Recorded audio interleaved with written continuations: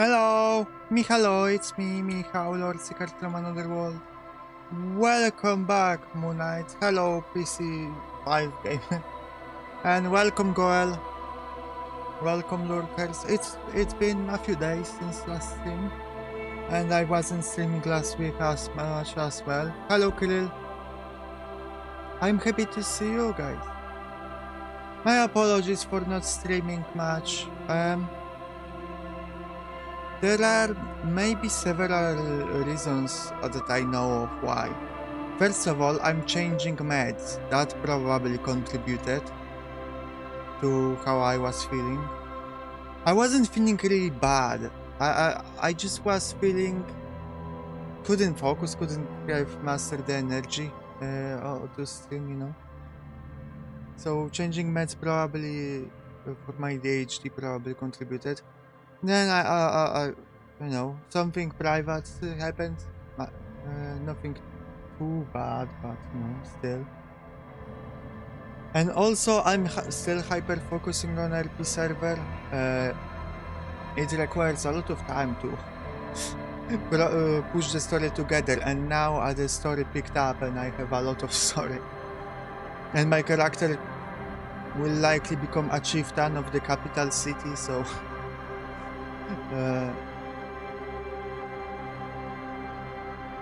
I need to be online a lot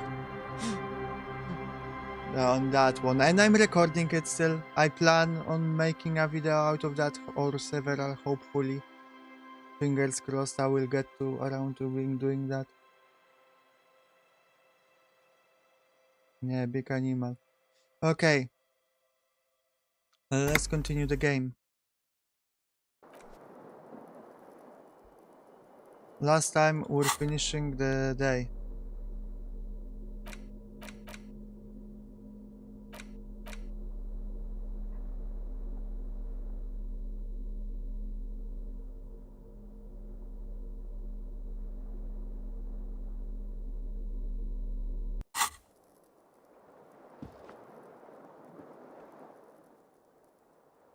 Okay, I guess we're going to sleep. Wait, there is a door there.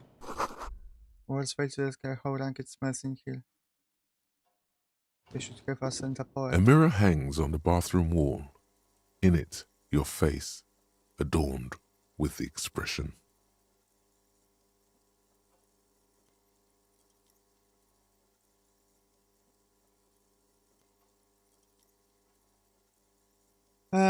Should I try this? Why do I have... tool in hand, -10.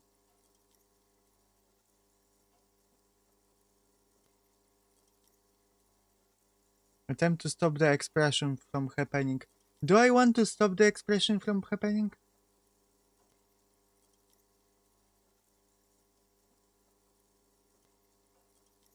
And what tool do I have to have in hand?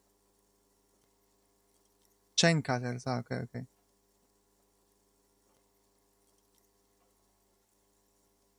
Yes, okay, let's try that. Still not happening. It won't come off that easy.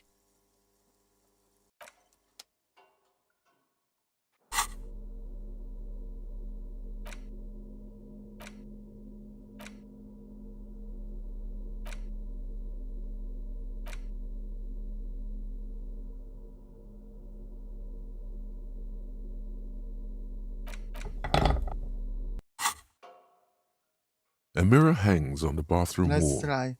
In it, your face. The faucet is quite terribly mangled, but you just might be able to twist its parts into place.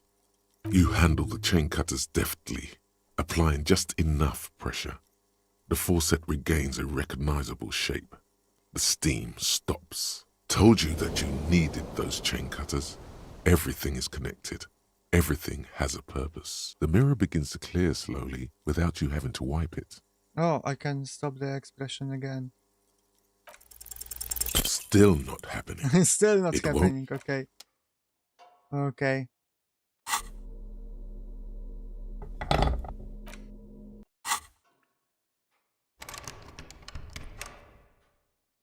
I have to clean the boots. How do I clean the boots? Tell me.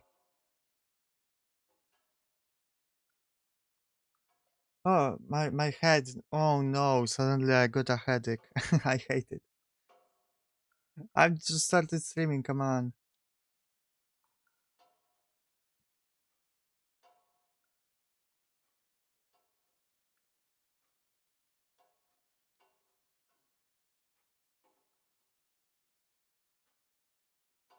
There should be a quest for it. Yeah, there is. I think there is.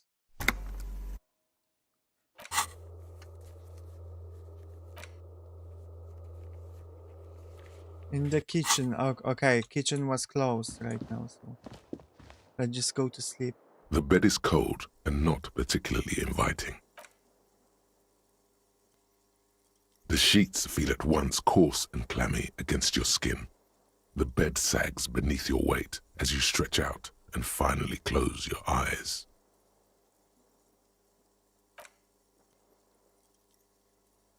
And then sleep doesn't. And then sleep doesn't come. But I want to sleep. Obviously, you're in bed with your eyes closed, but it's not happening. Why? Maybe it's the bed's fault. Check the pillow. Its synthetic filling has separated into hard lumps. The pillowcase smells oddly. Smells of alcohol and sweat and grease. Check the blanket. It barely covers your toes, stretching over your soft belly. This is your body here, intimate and warm, breathing. Under your thrumming eyelids, you see a dizzying array of colors. You won't get off this carousel quite so easily. Roll over to the other side. It's a little better. Colors, scenes, and half-formed phrases still litter your mind. Part of you is still trying to solve the case, isn't it? I'll just say that for a while now I will be a bit less animated, I'd say. You know, a bit, maybe my voice will be a bit monotone because I'm getting a headache, so I want to like weather through it in peace a little bit.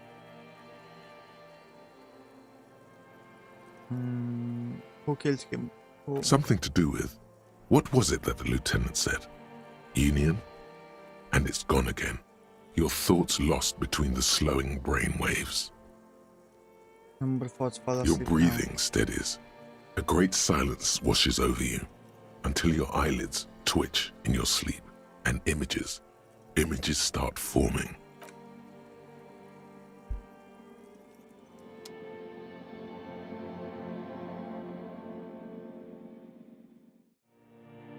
No.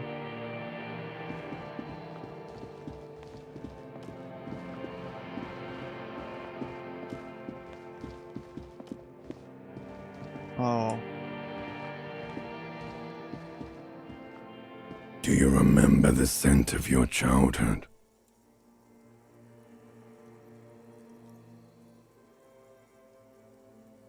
I remember nothing. Do you remember your wife's hand on your face?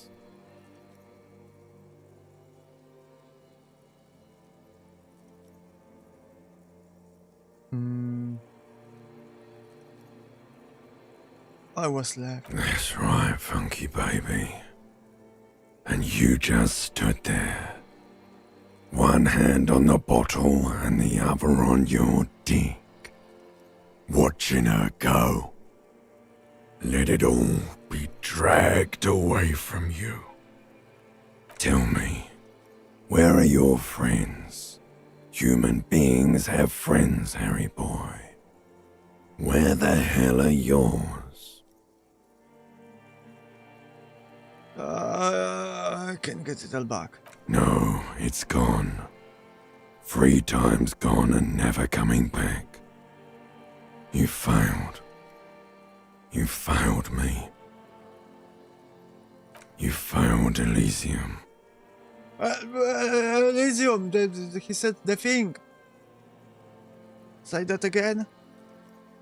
What is Elysium? Everything. The pale and the islas. On the surface.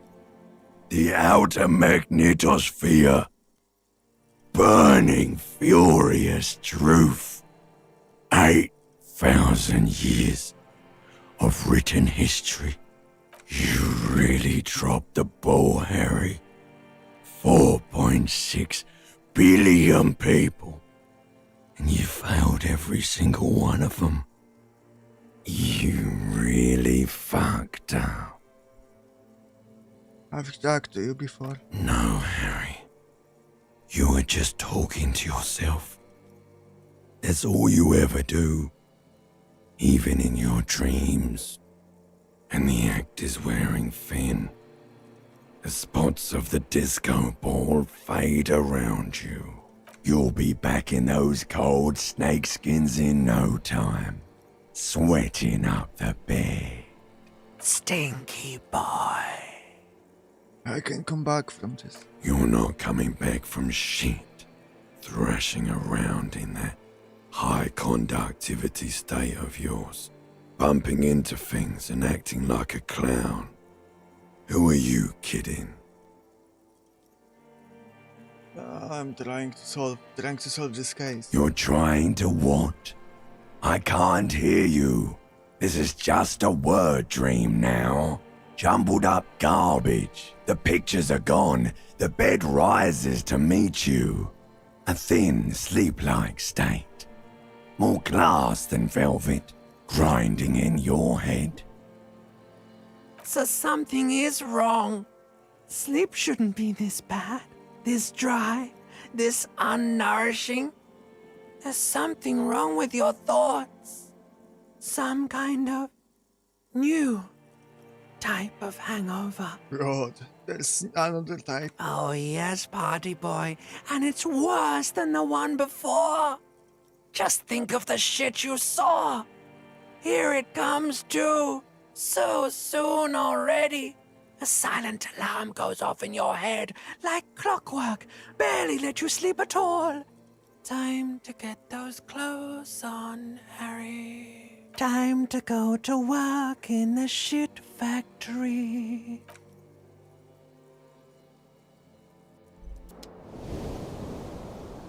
Oh, I healed my morale again.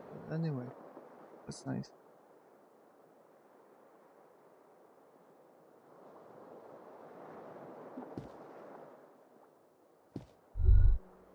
Good going, buddy. Oh my god, what the hell was that? Oh, just a dream. You have ones like that all the time. Same. You feel even worse this morning than you did last night. What the hell is going on with You me? mean, why are you so tired? Too tired and down to even think? It is worrying, isn't it? You can't be a detective like this. Detectives need to be able to think.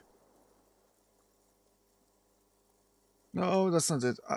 I feel super good. That's not really true. Your heart has finally pumped all the speed out of your system, Buster. Time to get some more. Don't do that. Stay strong. The hangover will wear off. You don't need to keep doing this to yourself.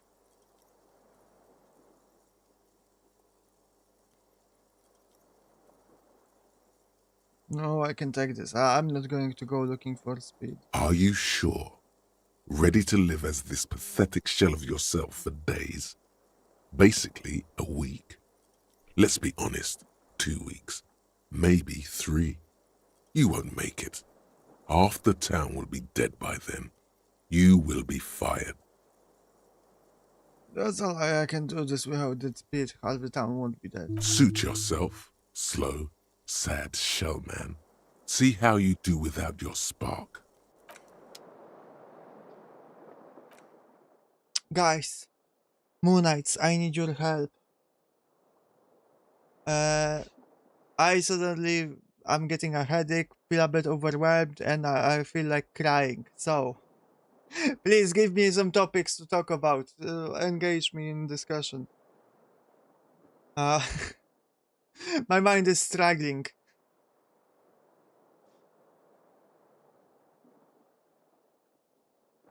I feel like our protag right now, I think. An other type of hangover.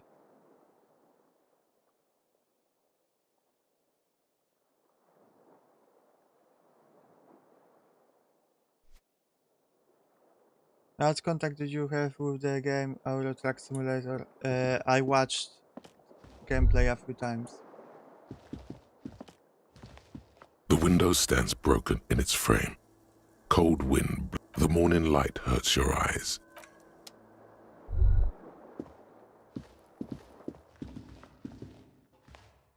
What's the last A thing mirror you added hangs to on the your world bathroom building? wall. It's barely covered in steam. I think the tentacle species. I still want to work on that one a little bit. I need to learn a bit of Blender though. For that. At least I want to. I don't need to, but would be make it easier to draw the creature from different size. If I could make a simple bean shape.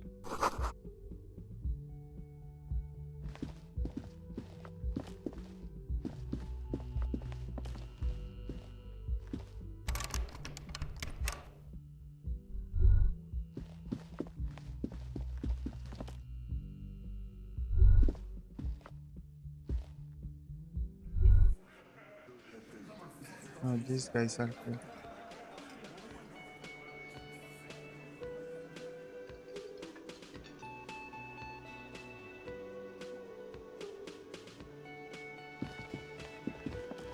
No! Fuck!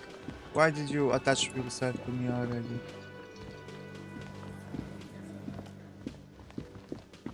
This industrial gas-powered stove has been used to prepare food for many hungry You stopped your hostel world guests. building There are project for a several long time. pots and pans on hand. What was your world building project, Kirill? What are you planning to do? Throw a dinner party? Please refrain from culinary experiments until after we finish the investigation. Whatever you had planned, you have to do it when the lieutenant's gone. Oh, The fuck you. stove is unmoved by your comings and goings.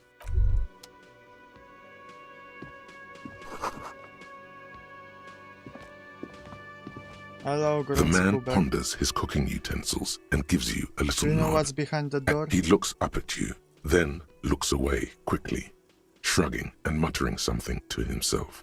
To create a layered structure of souls for mine with the Atman inspired by Hinduism at the center. What is Atman? Shrugging is an international sign for, no, I don't know what's behind that door. You wouldn't mind if I boiled some boots here, would you? The man takes another drag of his cigarette and shakes his head, smiling widely. It's not clear whether he understood your question.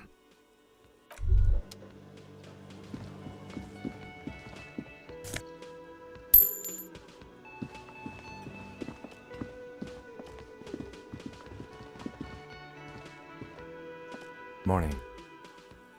Looks like we can get to work at once. The union muscle turned up. They look rowdy. We should talk to them. Why do we need to talk to them? Everything points to the dock workers union. The belt used for hanging him, tracks in the mud, the circumstances in Martinez, my preliminary information. Which may, of course, all be wrong. But we still need to talk to them, and it won't be easy. Why do you mean rowdy? I mean ungovernable. Martinez isn't exactly enthusiastic about the RCM being here. They prefer to be policed by the union.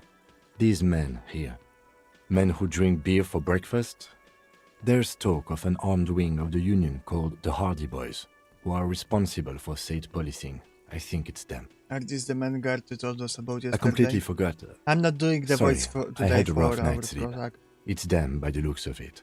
Loud and nasty, just like the manager said. One loose thread less to worry about, and one big problem to replace it.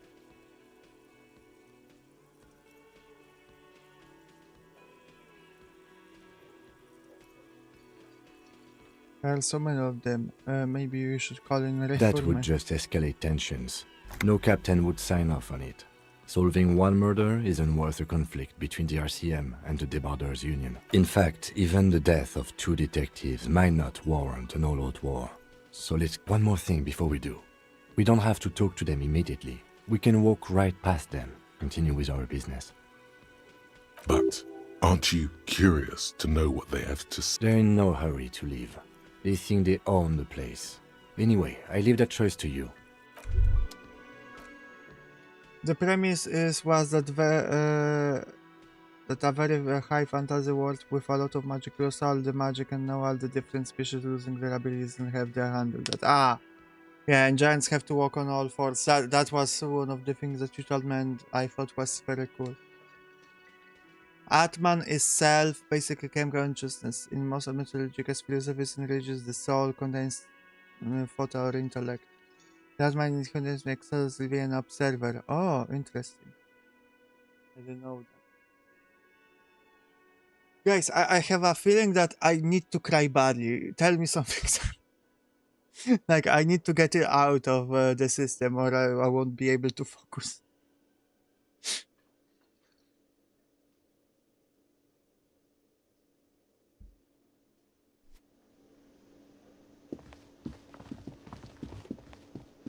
Can I help you? I wouldn't mind Got the for 20 tonight. real? Okay. Then why are you...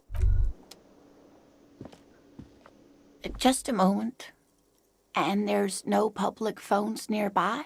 The closest phone booth is down the coast. Sorry for the inconvenience, ma'am. I want to cry. I feel like, but I have the tears ready to go, right? And they are kind of just emotions ready to be released that are distracting me. It's fine, I understand. Thank you anyway. I'm glad to see you again, dear. Good day, ma'am. Everything all right? Please don't trouble yourself about me, sweetie. I was just hoping to make a call, but the Whirling's phone line isn't working. The union office probably has a phone, but I can't really get there. Or to the phone booth down the coast. What's wrong with the phone? And Gary's phone is dead too. The manager was vague about it. Think of the plight of the working class. Why would he be vague about phone problems? This is something to look into later. Ask God, maybe. No, it doesn't work. I think about it, and that's just my daily reality, So I'm used to it. To let the young woman who's house-sitting for us know that we may be delayed. Morel, my husband, and our friend Gary were supposed to get back by Monday night, but they're still missing, and I haven't heard from them. I was also hoping she'd heard from Morel. Okay, advice. Has your husband gone missing before? That's just it. This isn't like him at all. He always plans his expeditions so carefully.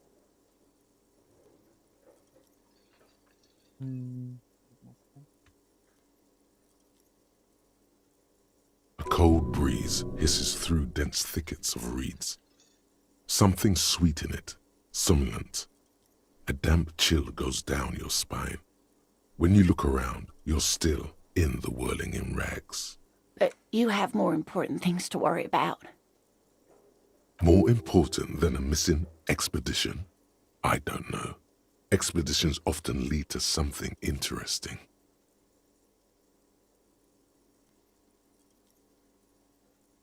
This is the expedition your husband was on. Just some field work, sweetie. Morel is a highly trained scientist. He and his assistant Gary are studying an extremely rare species of insect. But they should have returned by now.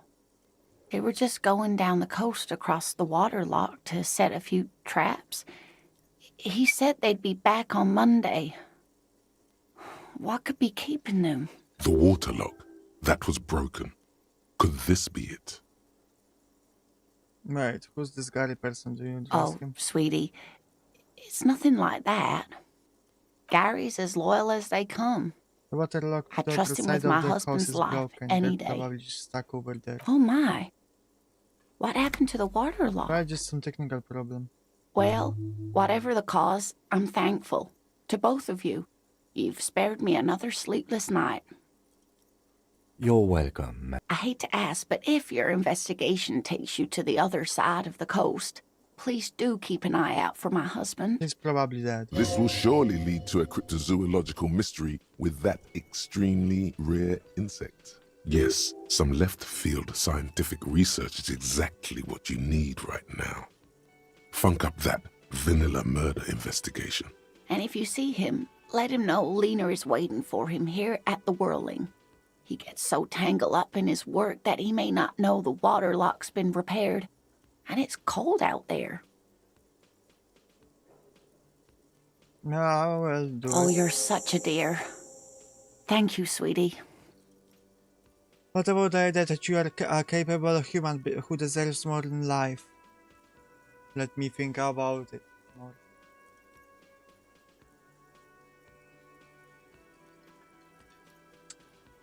No. I need a stronger trigger. I cannot simply think about things.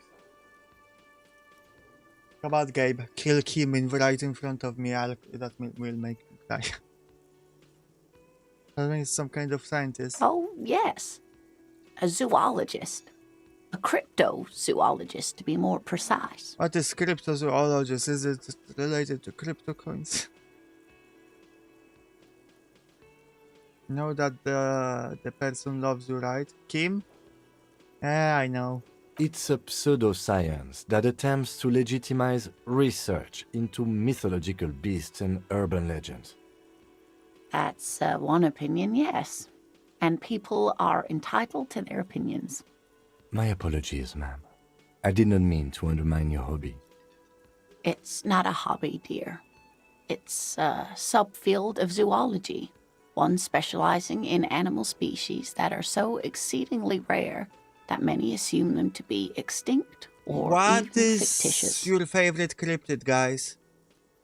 Of course, when it comes to cryptids, there is a lot of one of those mythical beasts, like Kim said, but some of the creatures that were considered cryptids later were genuinely discovered. So, you know, sometimes cryptids genuinely do exist, like just rare animals that are not like mythical beings or anything.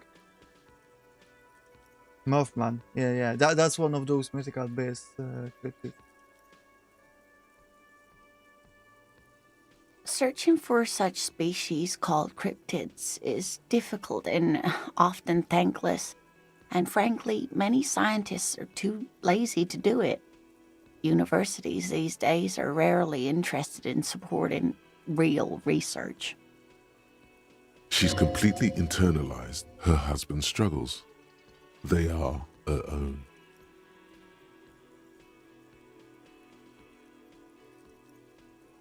Tell me more about moral, looks, character, your relationship. Oh dear, I'm not sure where to begin.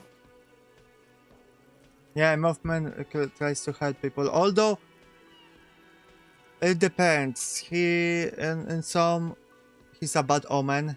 You know, that if you see him, then there's probably some kind of disaster going to happen on the location.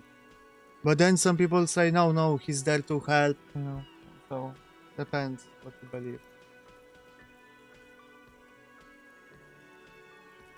What does your husband look like? Well, his expression is slightly grumpy, but his eyes are always bright and curious, like a small boy's.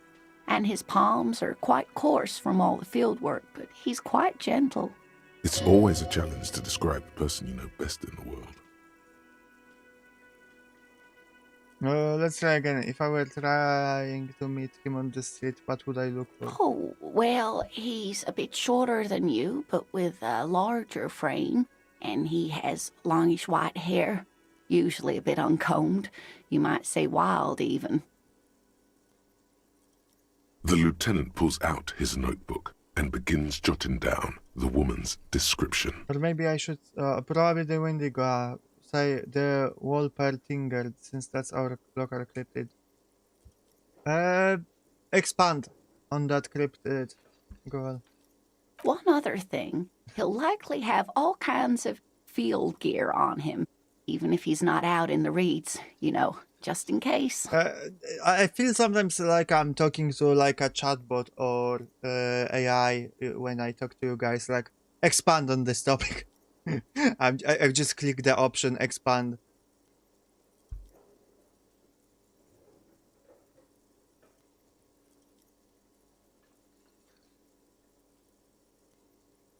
How long have you been married? We'll be celebrating our 16th anniversary this autumn. Am I ChatGPT? Not Yes. the most numerically was better. satisfying anniversary, but I like the less obvious milestones even more somehow.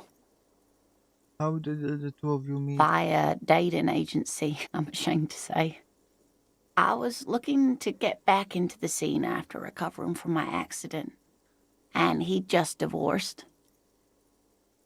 We hit it off, and, well, here we are. She's skipping over some important parts. Perhaps you'll find out more later. I hope I've been useful. Tell me about this rare insect your husband is looking Oh, for. sweetie, it's fascinating. But I shouldn't bore you with entomological minutiae. The lieutenant gives you a sideways glance. No, I want to hear about the insect. Well, it's a phasmid, technically, but Ah yes, Phasmatodea, a diverse group of insects whose bodies resemble twigs, leaves, that sort of thing. Ghost insects, colloquially. Oh yeah. Here comes the interesting. where other phasmids imitate sticks or leaves, this one's a living reed. It disguises itself among the reeds here on the Insular Indian coast. Hence its name, the Insular Indian phasmid. Perhaps you'll end up co-discovering the phasmid with us, officers. I knew it. We're gonna be chasing made-up insects with cryptozoologists. It's not made up, officer. I can assure you. It's simply elusive, so much so that most establishment zoologists doubt it exists at all. What makes you think the phasmid is around here? Well, some teenagers making out in the reeds saw one. They didn't know what it was, of course, but there was a brief article in a local newspaper about their encounter with a ghost insect that looks like the reeds. Gary sent us the clipping. So newspaper keeping is all the evidence you have? Of course, most phasmid sightings turn out to be false alarms, but their description matched the Insular Indian phasmid perfectly, and they didn't even know what they were looking at. So, is it dangerous? Not at all. Why else would it hide itself so carefully? Is it valuable? Oh, I doubt it. No one gets into cryptozoology for the money, sweetie. Does it have cool powers? Yes, it can blend in almost perfectly among the reeds. It's how it stayed hidden all these years. Centuries, even. Okay, what's so special about this sick bug then? Oh, dear. I'm afraid I'm not explaining this very well. Morel can explain Oh, it sorry. all much better. Okay, I wish maybe you could hear him convince her to describe tell it. you about some Then cool you'd understand, cryptids. I'm sure. There's really no point in manipulating anyone. She'd be only too pleased to tell you about her work. Go on and ask. Lina, I'd like to hear about some of the cryptids you've studied. Could you just tell me about a couple of them? Oh, I'd be delighted. Truth be told, I could really use the company too. It's a rabbit with wings and antlers. Oh, that's awesome. One cryptid, not a couple. One. This won't turn into some kind of cryptid extravaganza. Okay, Kim, just one little cryptid. He nods and assumes a waiting posture. Ooh, tough choice there.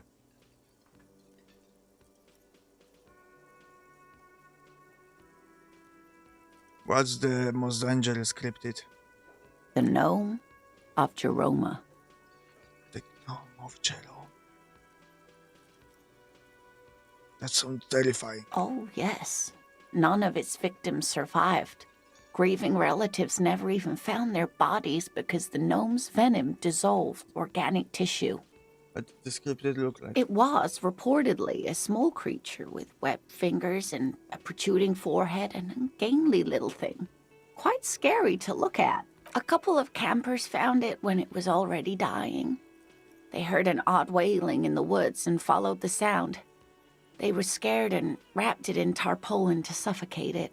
It still took the gnome of Jeroma an entire day to die.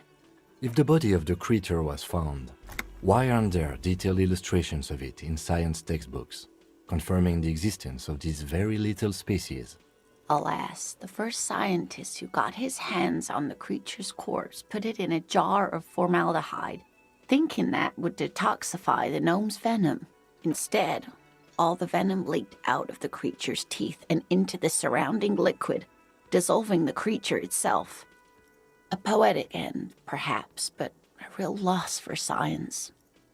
Alas, always alas, and then it was gone. Isn't that overly convenient?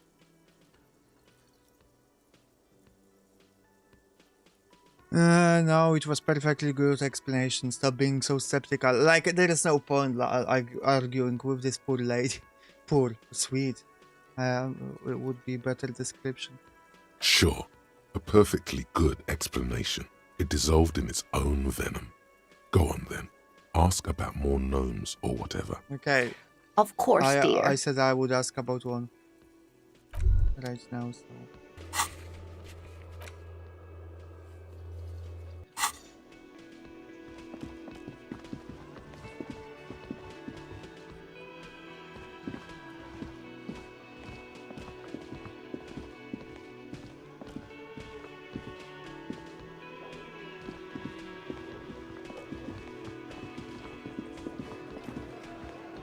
Let me handle this.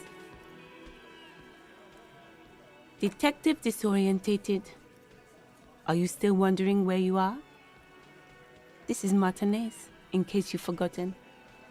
I advise you not to overstay your welcome. Her entire character has shifted.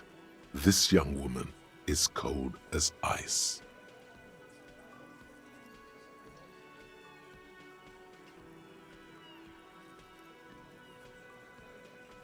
I knew you were not a gardener. That's right. I am not a gardener. I'm a legal counselor for the Dock Workers Union. So let's get to it. You're looking for Titus Hardy? You think he has information that will help you? Maybe he does.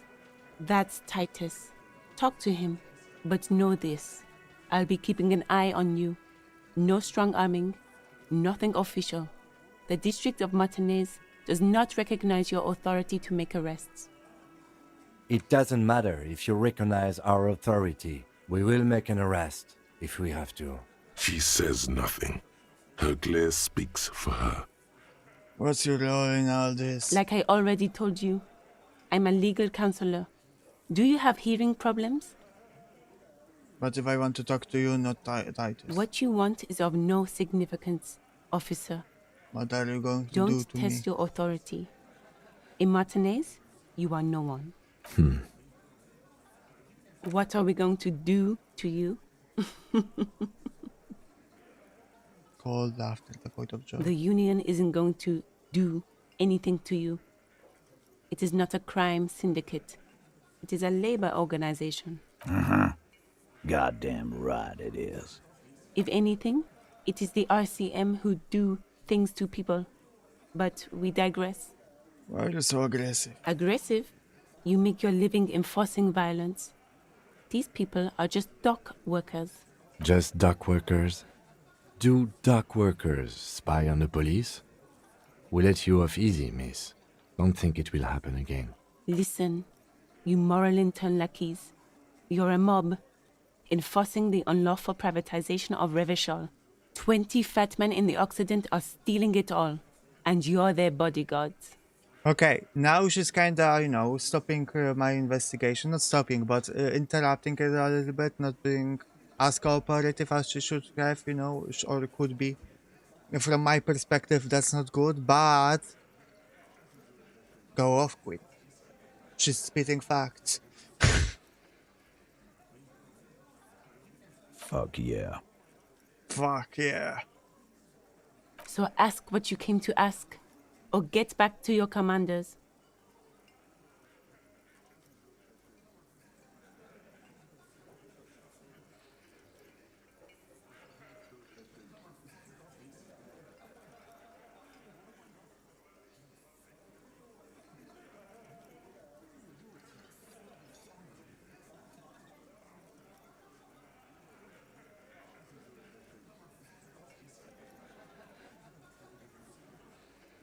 Yeah, let's ask those questions.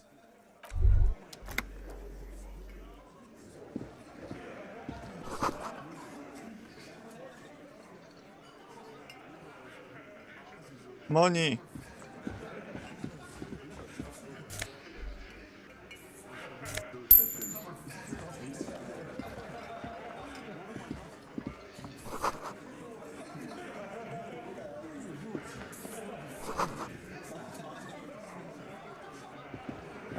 This is where you say your bit.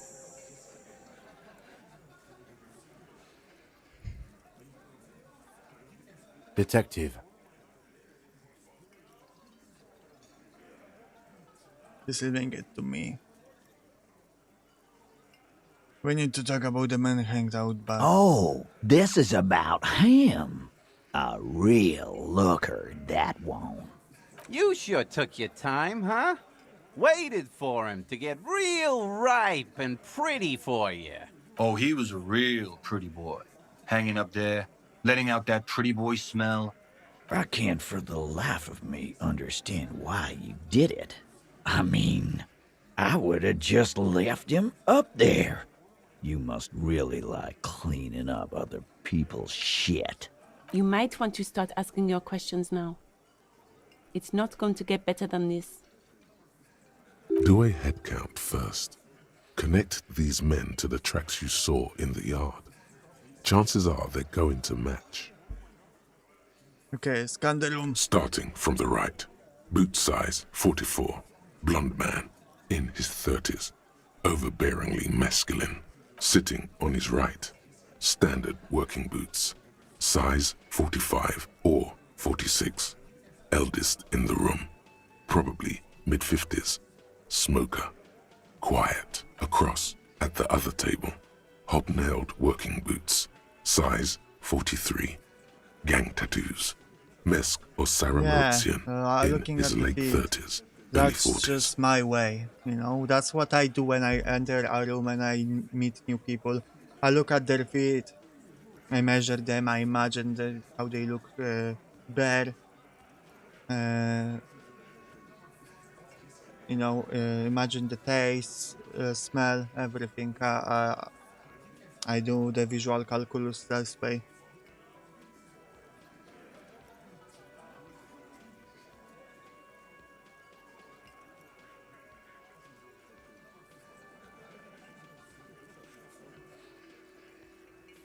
And then, standard working boot.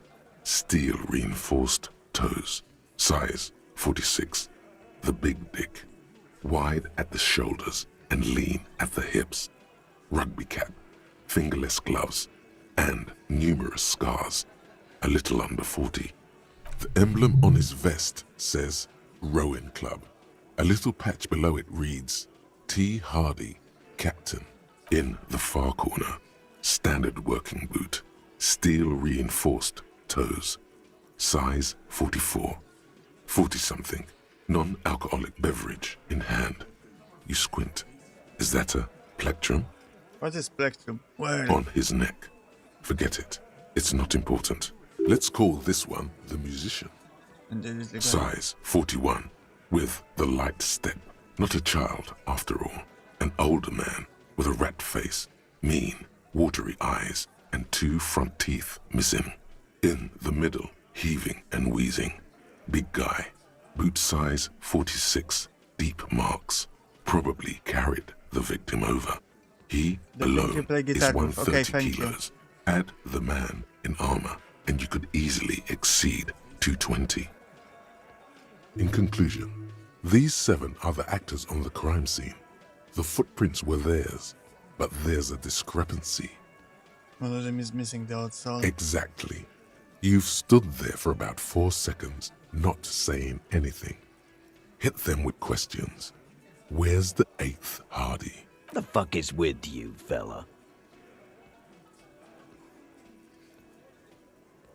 I found 8 sets of footprints, but there's only 7 of you. Where is the 8th Hardy boy?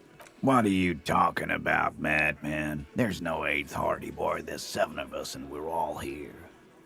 Or what? You want to be the 8th Hardy boy? We ain't hiring.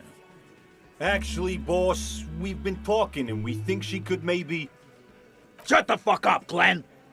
I do the talking here. Now what the fuck do you want, cop? So let me get this straight. There is an 8th Hardy Boy. It's a she, and you don't like us talking about her? That's right. We're not talking about this. This is a private Hardy Boys matter. Nothing to do with your shit. End. You're not cops here. Don't go digging around if you don't want a bullet in the back of your head. I'm watching you. Good. We are all watching each other. Officer, your question. There's no point in pushing it further, he thinks. This is already a victory. We'll learn more about this 8th Hardy sooner or later. The man hanged in the backyard. Did you do it? The pretty boy. You guys really love talking about that pretty boy. Funny. But my partner and I have a serious matter to discuss with you. Why is there a container belt around the dead man's neck? Container belt?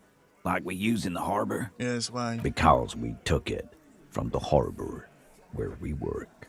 Then we went out back and used it to hang him. We did this together. All of us. Until he was dead. That's why there's a container belt around his neck.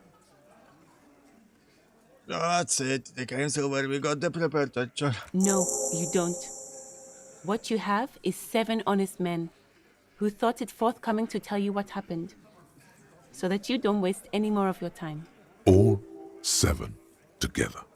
They're diluting responsibility. It's an anti-arrest tactic. You murder him just like that, no remorse. How many people have you sent to the Shays? Ever felt remorse for them?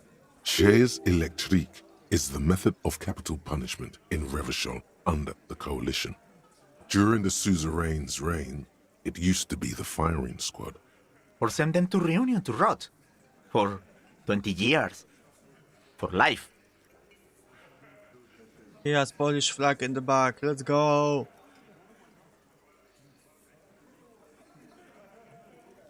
And Reunion, what's that? The River Esperance Correctional Facility, a military prison run by the Coalition, dubbed Reunion by the inmates. The origin of the name is unknown.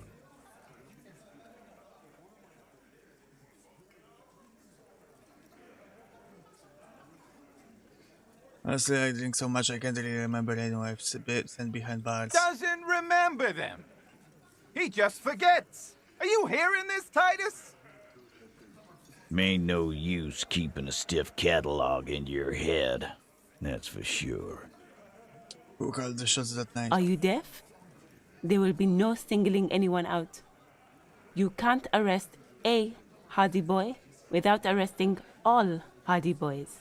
Do you think you could do that? Do you think you could arrest them all?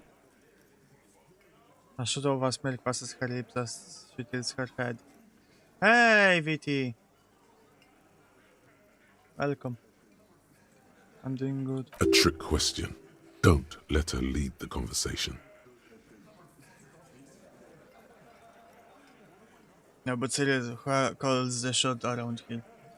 Who do you fucking think does?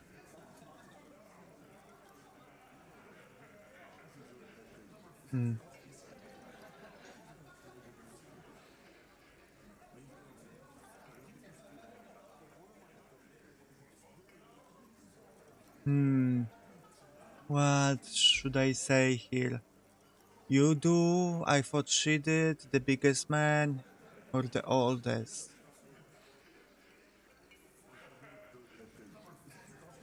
Or the one that is missing?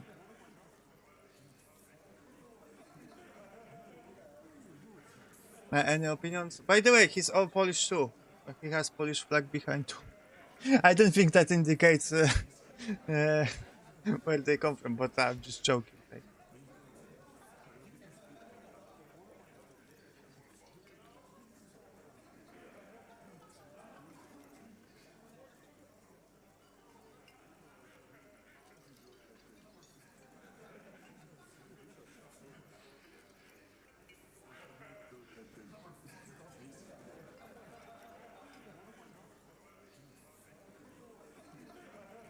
Give me a moment.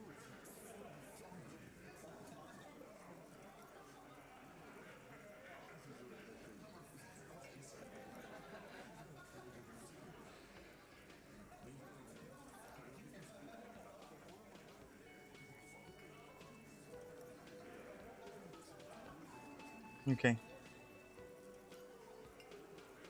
Because you know the story, you cannot tell. You can. I mean, you can.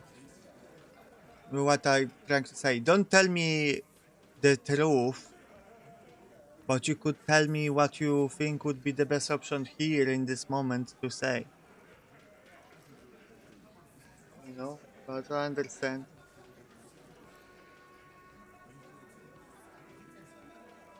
I choose 1 or 5, yeah.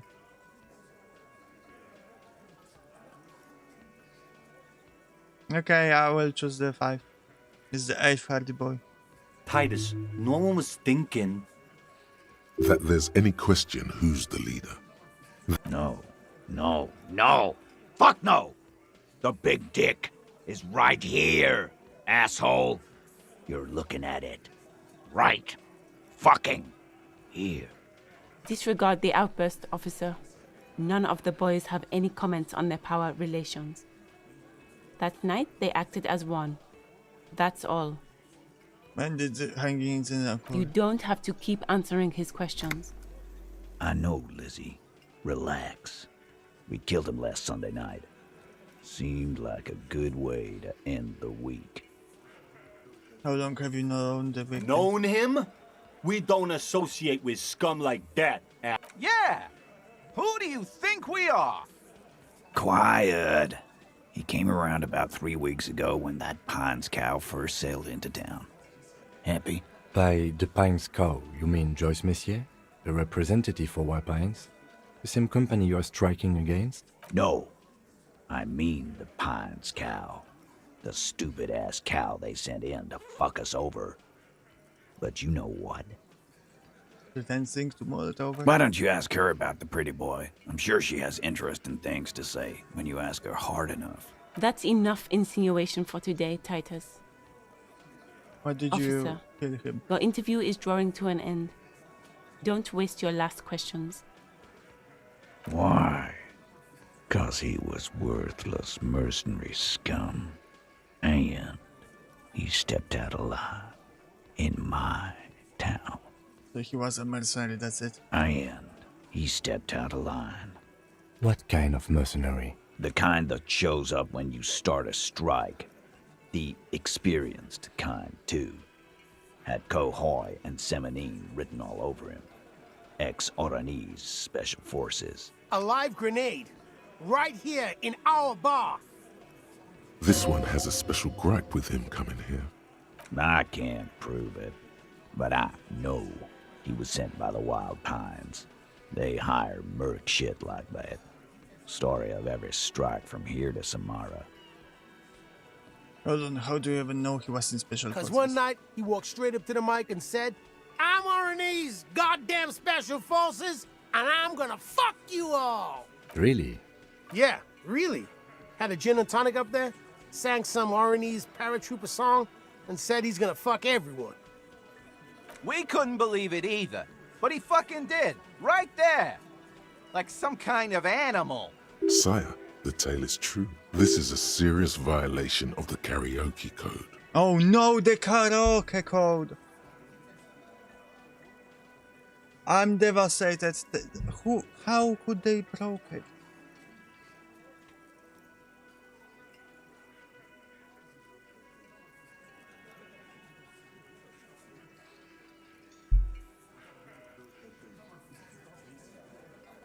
Alright, but what did he actually do wrong? Wrong?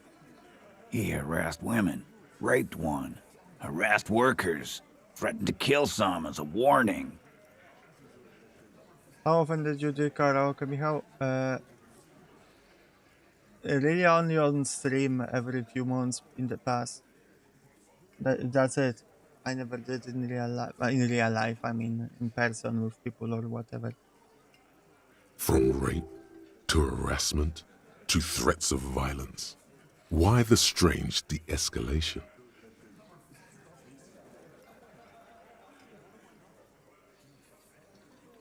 He regrets mentioning it. Hopes you didn't notice. To kill us all, if we don't open the gates, if we don't let the scabs in, if we don't bend over. That was before he started coming here. Yeah, he said it was his favorite joint now. Started coming here every night. Drinking, grabbing girls. Grabbed one of ours mid-karaoke, right there on the stage. He grabbed someone? Yeah. This girl's on the mic. A beautiful girl, young. Gets into the second verse of Lover Lake. The fucker grabs her legs, starts screaming. Show me your cunt! Why don't you show me your cunt? Then, he gets knocked on the head with a wine bottle. Doesn't even fall down.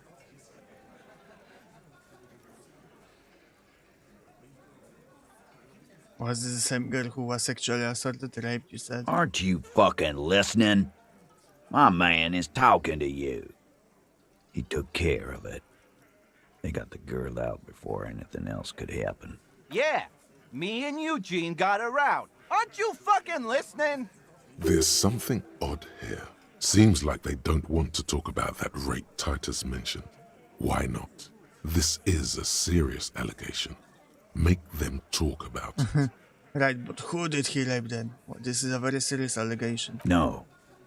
You're not getting the name. That's a Martinez matter. And I'm not discussing it with you clowns.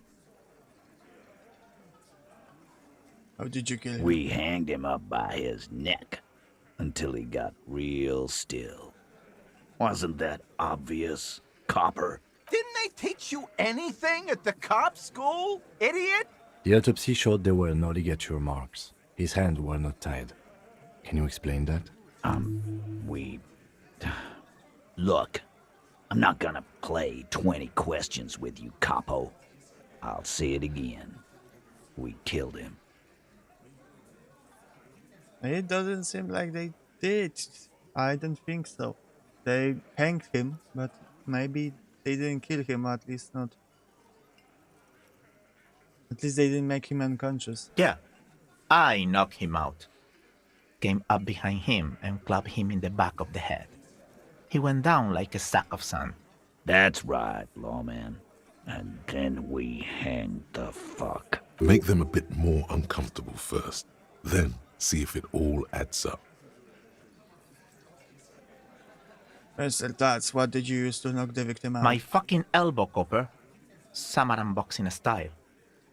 Samaran boxing, or Sambo, is an eloquently violent set of one-on-one fighting moves, originating from the Samaran Isola. But they said that Sambo Daniel style got hit implies with stealth, the bottle in the head and cleverness, didn't even and feel it. cool. He may be lying, but he's good at it. No twitching, no rushing, no uncalled for details. Where did all this take action Right fucking take here. place? Eugene already told you that the fuck had started coming to our bar. Yeah, man. Weren't you listening? Okay.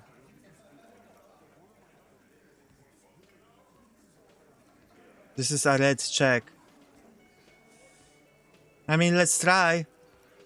Things are quite right here, are they? Titus is solid as a rock, and so are a few others. But Here, tell me who's solid. Elaine, who looks like he might be Yes, Titus's we right-hand did man, it. the least antsy of the bunch. Definitely not his first time being questioned by the police. This little rat-faced fellow is solid too. Always fidgety, yes, but no change there. Him neither.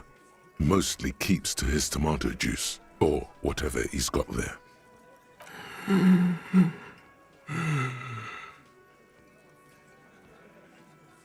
Where's the voice? This one. He's sweating profusely and has difficulty breathing. They smartly kept him out of the conversation thus far. Definitely the weakest link in the chain. Hey, you! You hearing the rebel breathing over there? No. He looks up, startled, his forehead shining from sweat. A few cold blocks are peeking out from under his warm woolen hat. Of course he's having trouble breathing. Just look at how fucking fat he is. Fuck off, Shanky. Angus is a powerful guy. All muscle. Keep your eye on this powerful guy. Sooner or later, he's going to break like a piece of twig. There's something you're not telling me. And fuck you, too, copper. Picking on Angus like this. We're done with this schoolyard shit. And just so you know, he doesn't have trouble breathing. His all-muscle comment wasn't sarcastic. He's genuinely trying to look out for Angus. This one is a stone wall. You won't get more out of them about Right, the night I of have the other murder. question about the lynching. Like what, copper? Oh, so... What are we going to do now? Nothing. Your investigation here is done. Leave Martinez, go back to your stations where you belong. I think we're going to stick around, thanks. Some things don't add up here, Titus. I've done this job for long enough to know that people don't just confess to first-degree murder, even if it is a group responsibility. We're going to look into this. Good luck with that. You've heard everything a Establish rent-a-cop is gonna authority. hear from Oh, us. no, Real law officials. You're I lucky cannot you do didn't it. get a beating.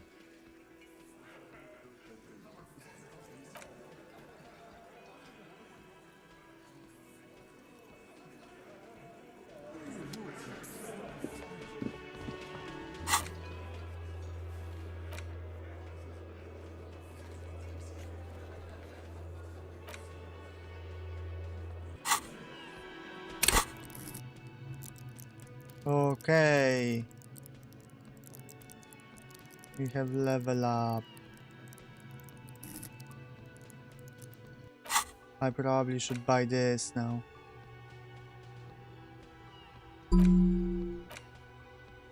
What did I want to buy? I don't remember.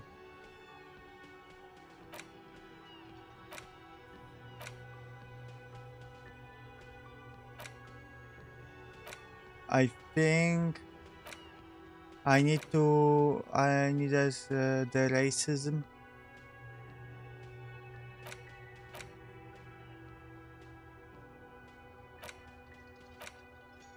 Advanced race theory.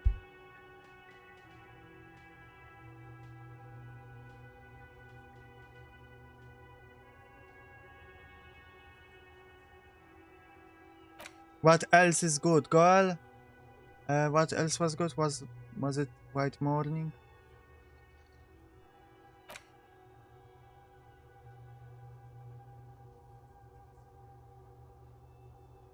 Okay.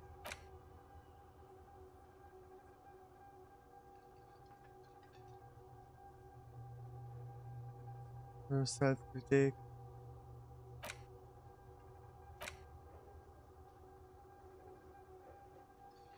Okay, Jew. Okay, the realization. But let's do advanced race theory. So I can be a prepared racist.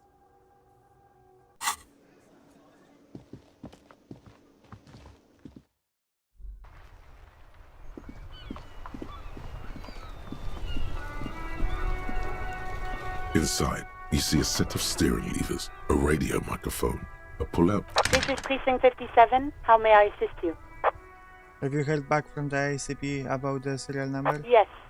The armor was produced by Fairweather in their facilities in Betancourt, sur la Clé in 42.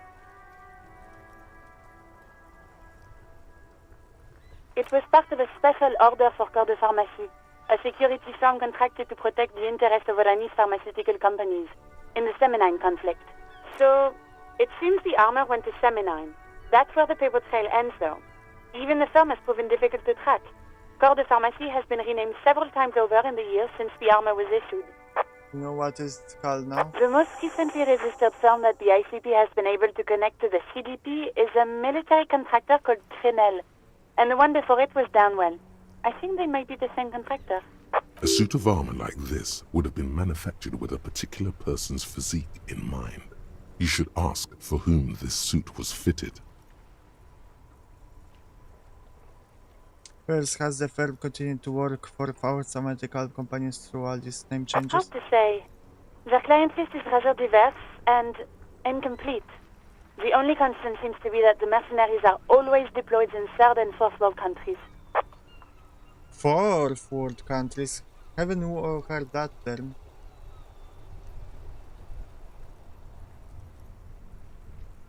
A suit of armor like this would have been customized to fit the wearer. There must be a record of the person whom it was issued. Yes, but the ICP tends to be reluctant to share private sector records. I could try to talk them into it, though. This is a fun challenge for her, an opportunity to contribute beyond doing her job by rote. She'll gladly put in the extra effort for Team RCM. Yes, thank you, officer. I really appreciate your efforts in this case. Glad to help. Call back tomorrow. Hopefully I'll have more for you then. 57th. In the cabin, you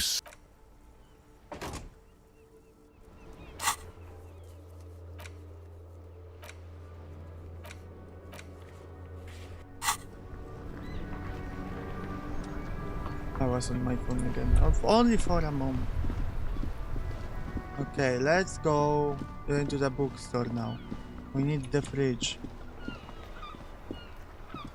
This Post Lavatorie mail collection box has been heavily vandalized with graffito. A closer inspection reveals 2 bullet holes in the front.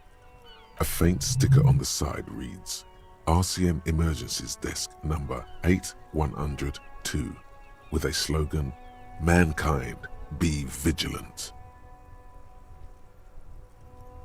Good mail delivery box, bad the box.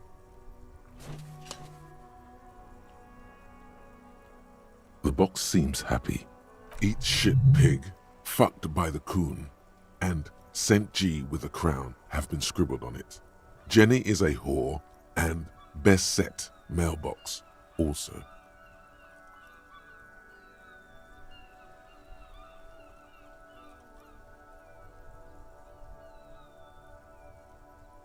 Binder, Post L'Aventure mail collection box, Binder. The mail collection box seems cathartic, thankful even. So do you. You shudder. Then you swallow. Be kind to your mail collection And then boxes, suddenly, guys. you see it. Over all the other graffitos, someone has, using the tip of a very sharp knife, cut the words, Revachol forever. Why did I want to put body in the refrigerator? I don't even remember.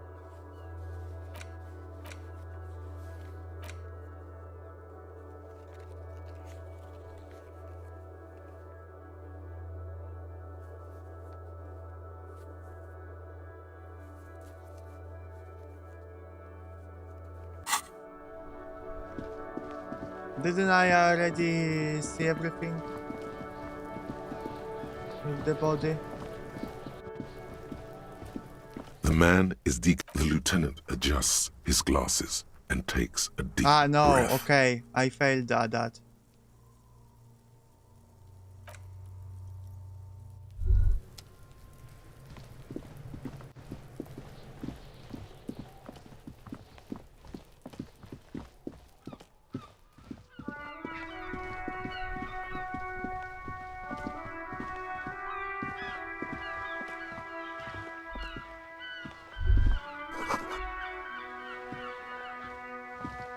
Hello, sir.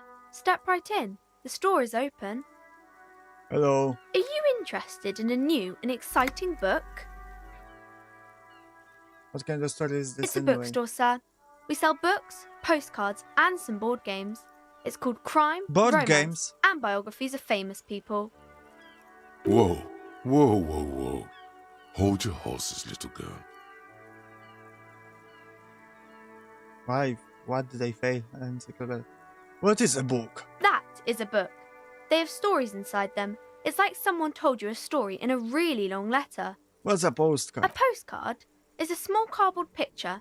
Why you am can I write asking a few those words questions? on the other I do side not and know. send it to your friend or beloved. She is unfazed by your questions. She would consider it impolite to point out any perceived weirdness. What's a board game? Board games are like little games on a table, made to pass the time. There are several different ones, but sailors here mostly buy cards. Interesting. My Thanks. pleasure. Anything else you'd like to know? Is it okay if I ask you some questions? Okay, sir. I'll try to answer any questions you have. I hope they're about books. What is your name? My name is Annette, sir. My mum, her name is Plaisance. She owns the store. She's inside minding the register or organising the stock. The girl gazes at the window, then suddenly jolts, her eyes wide, as if recalling something. Feel free to step in and browse our wares. And you're standing out here in the cold I'm because... signalling that the store is open. Otherwise, people might not know. They'd miss out on the crime, romance, and biographies of famous people. A sudden gush of wind turns the pages of the books on the counters. She covers her face, smiling. But she's cold. You're cold. Can I help you in some way? Kind of you to offer, sir. What could you do to help her anyway? I could help by brutally dismantling the free market. Thank you, sir. I'm glad to help Mum out with the store.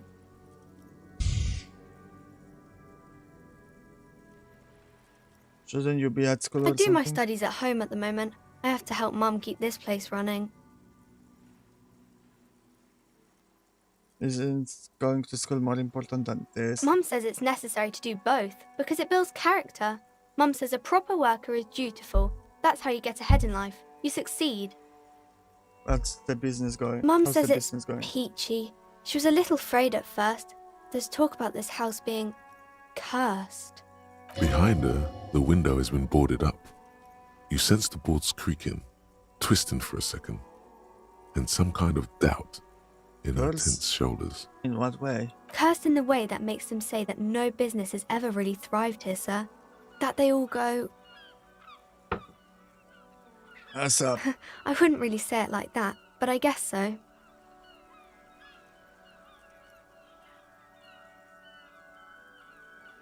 This sounds rather serious. I should probably look into this. Narrow your eyes and look through the creaking boards and on the window. We can go into the bookstore and ask about the case, but I don't see much more to look into here.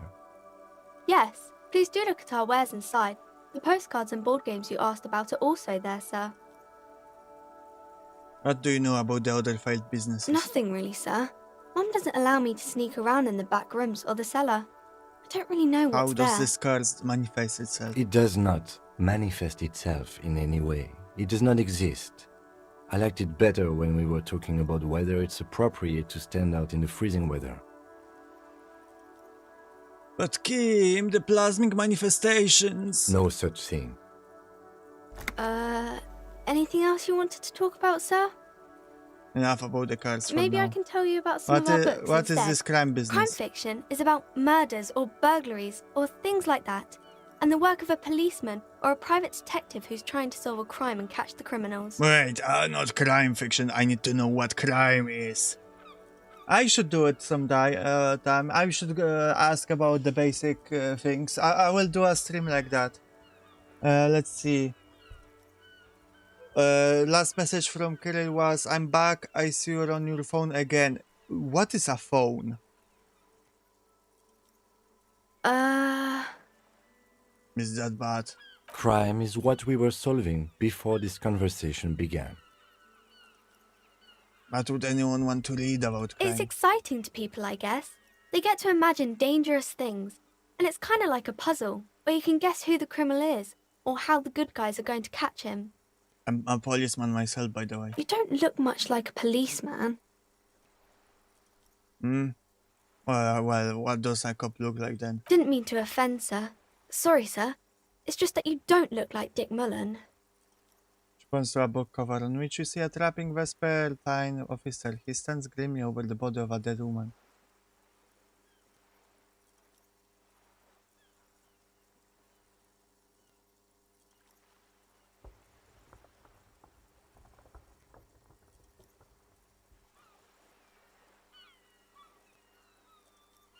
I used to be exactly like that Mullen guy, then I decided to live a little. Phone is like walkie-talkie, obviously. What is walkie-talkie? Is it like when you walk and talk? What's that mean? Oh, you know, Cutlass, raise hell, a blow of steam. And everything's better now, sir? No. Why is that? Look at me, I hate those beasts, failure of a cop, a disgrace. Sir, please, sir, don't say things like that. You look nice enough. I should stop saying mean things about myself. Nice enough for a small child, sure maybe. Don't be sad, sir. I'm sorry I said that thing about Dick Mullen. So phone is when you walk and talk. Got it, Kirill, thank you.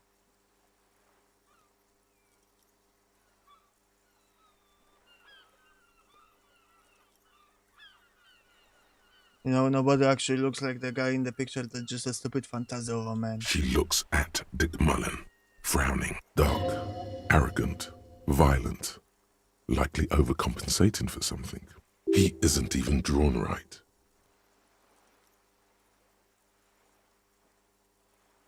Isn't even drawn right. This is not how human shoulders work. The perspective is all wrong. She examines the picture, trying to find whatever is wrong with it. There's just She no then way to shrugs cop. and I puts the can book do it way aside. better than Dick Mullen. Sure you can, sir. He's just a fictional character. He'll be no match for you.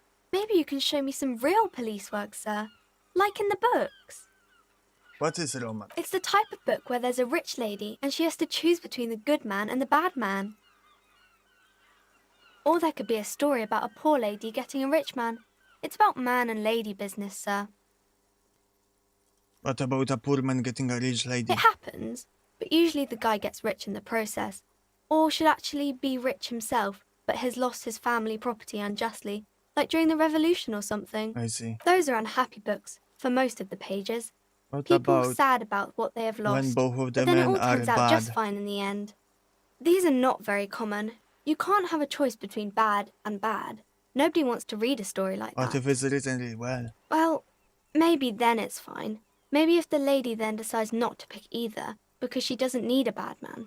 Yes, that would be interesting. What about when everyone is poor? That's really not a proper romance story.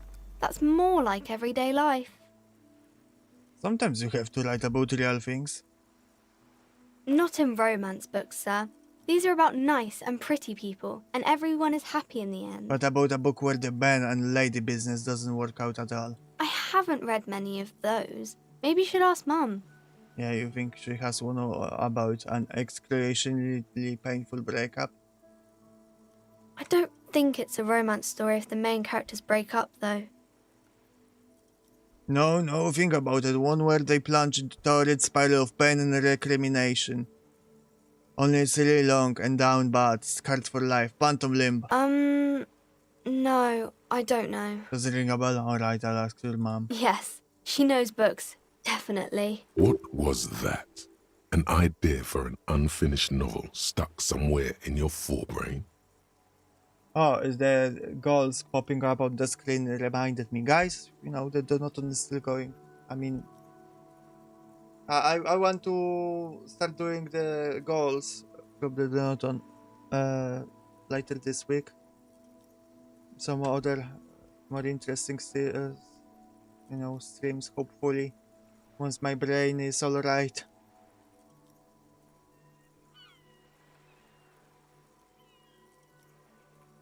Maybe some about other books?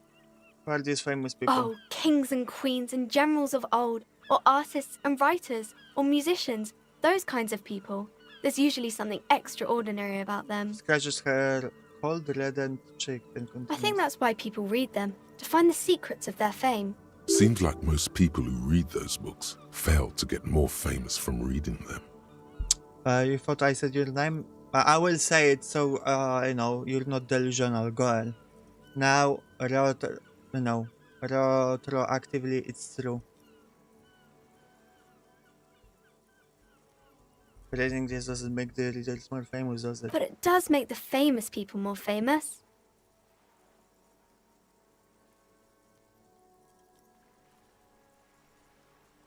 These famous people sound like a bunch of dorks. Annette's expression remains ever so helpful, but she doesn't say anything.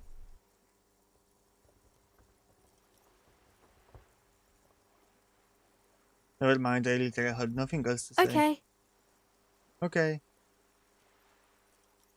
Okay, I'm going to deduce something now. You fail to deduce anything substantial. She waits intently. No! Was it a red check?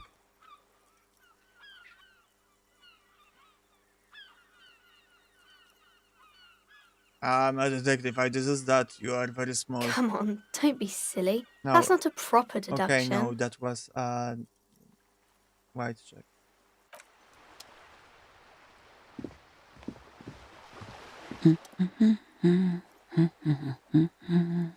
A good one. Yes? Hello? Who are you? Me? No one. I'm just a working class woman. She doesn't really want to be disturbed that much. If she's such a working class woman, why isn't she working? Shouldn't a working class woman be working? Not all the time. Right now I'm browsing books. Even a working class woman needs something to read. Good, good. It is. I'm a policeman. I know you are. Good then. Mm-hmm. Do you need the help of the policeman? What with? Maybe your husband is missing? My husband? No, he's not. So, where could he be? I don't know. At home now? Out drinking with his friends? Working? Where is this going, officer? So what I'm hearing, you don't really know where your husband is. Yes, but I don't really need to know where my husband is. Not all the time. Wouldn't you like to? No.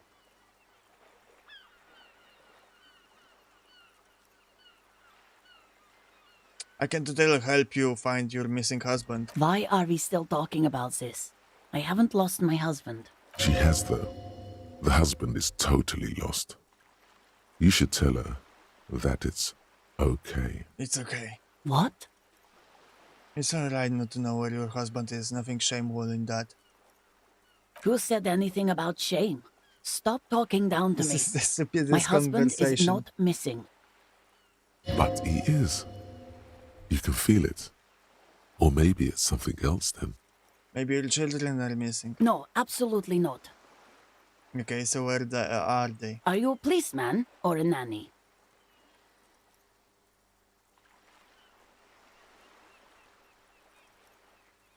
Nanny, where are they? They are not missing, sir. You know where they are.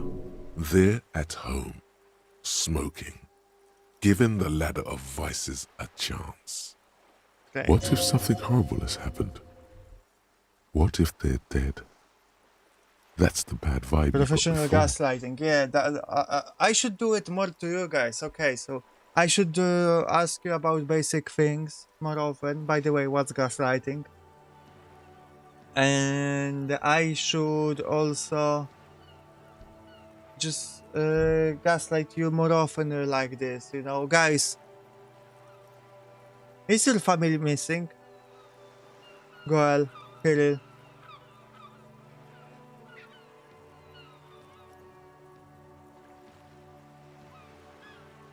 They're at home, right? Smoking cigarettes. What? That's just... My daughters are perfectly fine. They're with their friends down in Shamrock. There's nothing to worry about. It's not a real world, you just made it up. She's getting upset. Her voice has risen as she tries to convince herself that her daughters are safe. They're almost grown up now anyway. They're past the age they need me protecting them from everything now. I'm afraid the danger is now greater than ever. Tell me, how old are they? My youngest girl, Jolie, is just shy of 16. Jenny, she is turning 18 next month. But we shouldn't even be talking about them. And you can describe on their appearance?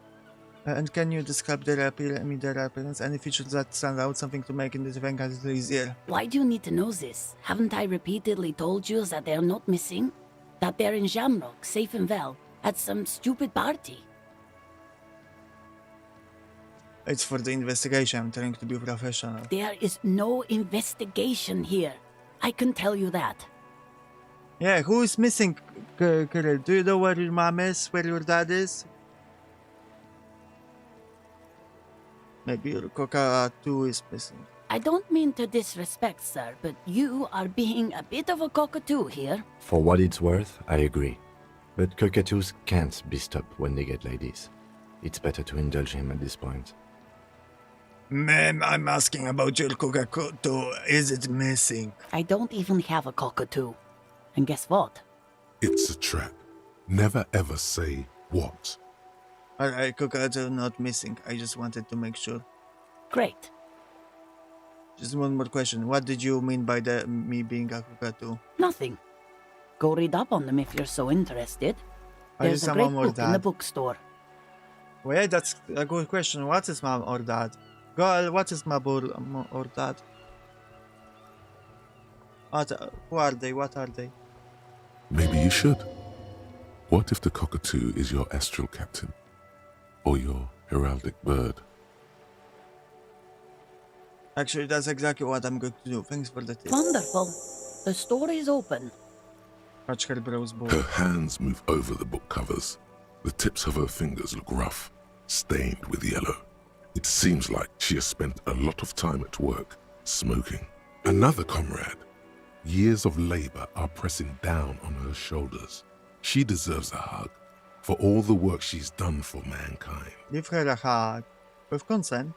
You step in and close your arms around this foreign body, wandering astray in touch. There's a small movement beneath your hands as you shut your eyes. Then a tiny voice breaks out and asks, They are the providers of my genetic material. All are all parents and, all moms and dads in the world provide the genetic material specifically to me? What is happening? She seems to be confused. Your hands are wrapped around her polyester coat. The fabric feels cold, moist from the sea nearby. Keep hugging her. The situation is oddly intimate. Your cheek is pressed against her shoulder. Her hand is trapped between your chest. 5 seconds pass, and their passing seems so unimaginably long. Then she coughs and says again, What are you doing, officer? No, only mine. Okay. Less talk, more feeling. Keep your eyes closed. Soak in the closeness. See what the feeling entails. Okay. The feeling continues. Warm and comfy on the cold shoreline.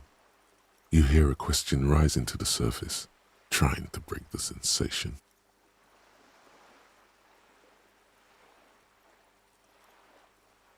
Let it fall. So tell me, how does it feel to be close to someone, skin to skin?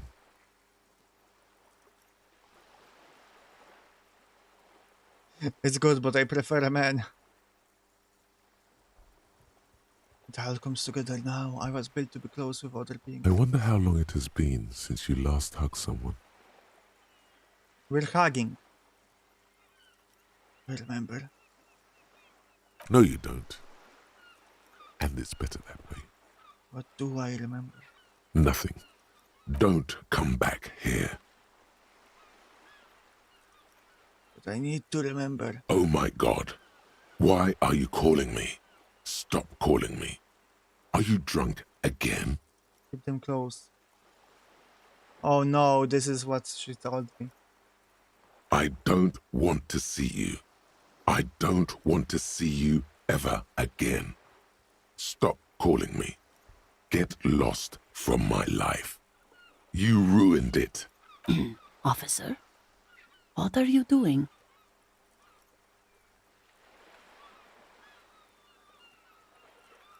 I'm fighting for the working class. Fighting for it how? One hug at a time. Oh, Just hugging you back. I guess it's better than nothing. Keep fighting on, my fellow comrade. My fellow comrade, we have one more person in our army, in our revolutionary army that will forming for the second revolution.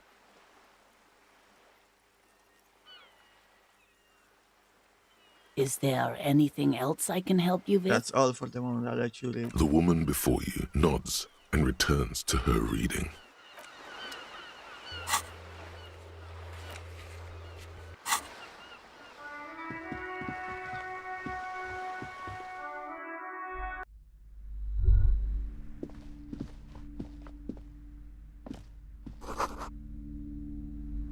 The display rack is brimming with worn paperbacks featuring an extremely muscular, sword-wielding barbarian on the cover.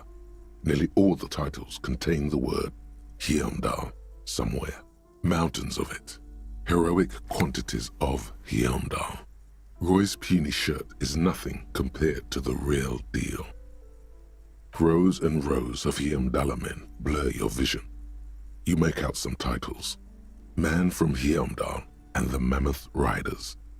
Man from Hyamdal, Return to Hyamdal. Good. And God, the how many are there? Solipsistic. Man from Hyamdal and the Hyamdal Man. Maybe 100. Man from Hyamdal and the sages at the end of the world. Man from Hyamdal and the false god. Man from Hyamdal and the scorched earth. Man from Hyamdal, the Hyamdal colonies. Man from Hyamdal and the swamp beast. Man from Hyamdal and the snow crabs. It's probably the Conan. Is this, is it all? Not even close. Man from Hyamdal in hell. Man from Hyamdal and the forest of slaves. Man from Hyamdal under the lake. Man from Hyamdal, Hyamdal burning. There's even the Trial of Death, a pastoral combat game book set in the world of Hyamdalaman, and so much more. Do any of the books call out to me? Nothing of interest. Only silence and the cosmic background pain radiation. A small mountain of colorful board game boxes. There are numerous types of games for all ages. A lot of shelf space seems to be taken up by Wirral-related merchandise. So keep, what board games do you have here? Wonderful board games, sir. The Viticulturist is a classic for sure, or perhaps you'd like Archipelagos of Insulinda, a very educational game for those interested in geography. Raubritter is a fun game of economic competition, but can get quite intense after a while. We have games for the whole family. You can play with your children. Who are you going to play board games with? Do you have friends or family? Oh, I have children, a family. It certainly feels like Oh, no. whatever you are will die with you.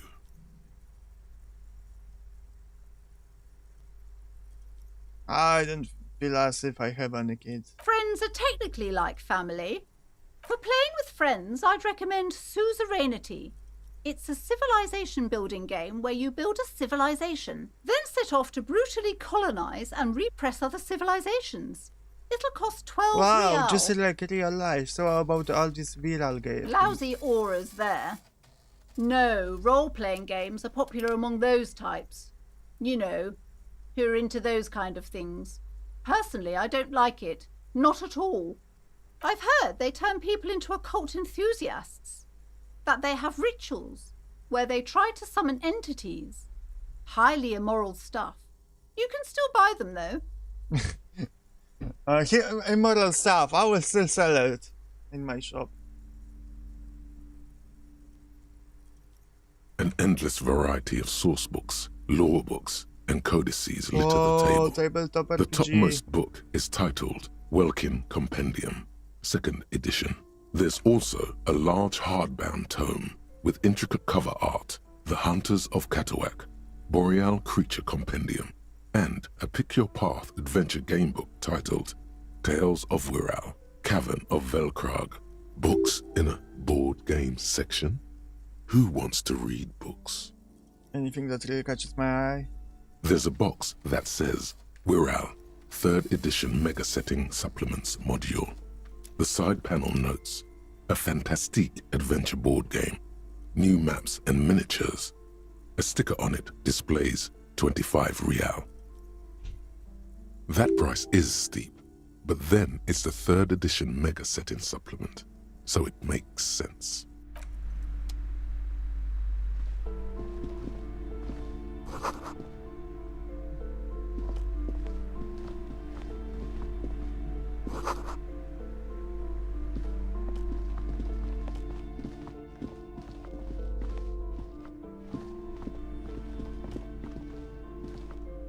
These shelves are overburdened with books from the same series.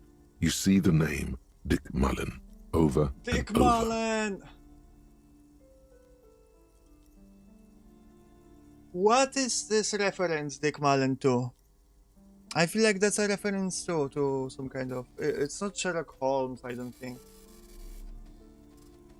A couple of spook novels hide amidst all the detective books. Thrilling tales of spycraft and daring-do. Oh, crime, robberies, murders, even sexual crimes. We're fortunate to have Dick Mullen and his stories to sort all that out. Colombo or something like that. Yeah, something. You're a police officer, apparently. You should buy all of these. They really do teach a person how to be a proper Look through the detective. display of books. Crime fiction is a disgrace. An asinine misrepresentation of the physical attributes of the arduous everyday work of actual police officers. These books greatly overstate the excitement of police work, glossing over how long it takes to actually follow up on leads and eliminate dead ends. What's more, they completely ignore the psychological hardships of year after year coming into contact with people during the worst days of their lives. Not a single mention of all the stress this work creates upon the officer's family. Detective fiction just doesn't tell the truth at all. Now, would you like a list of all the books found on the shelf? Sure thing. You see Dick Mullen on the job. Get Me Mullen. The Stalwart Adventures of Richard P. Mullen. Dick Mullen and the Murder in the Orchard. The Sordid Affair of Dick Mullen. A killing is declared. Dick Mullen in the Murder House. The Final Case of Dick Mullen. An Obvious Lie. Dick Mullen in the Clock Tower. The Ordeals of Dick Mullen. Dauntless Dick. Dick Mullen's Dauntless Funeral Dick. Pyre. The Murder of Dick Mullen. Dick Mullen dies! Oh no. Turns out he faked it to solve a case. Not there anymore. Yes, there's also The Dame Who Did It. Farewell, my Mullen. Faking death seems to be a common trope in the Mullen series. The morbid tales of Dick Mullen. A dark tide turn tragedy calls for Dick Mullen. Another one with fake death. And, of course, Dick Mullen, the murderer. In order to catch a murderer, Dick Mullen must become the murderer. I want to read that one. After all this, you still haven't found the answer to the one question that matters. Who is Dick Mullen? Who is Dick Mullen? Your attempt to grasp at the answer fails. It seems very close by, pulsating just out of reach.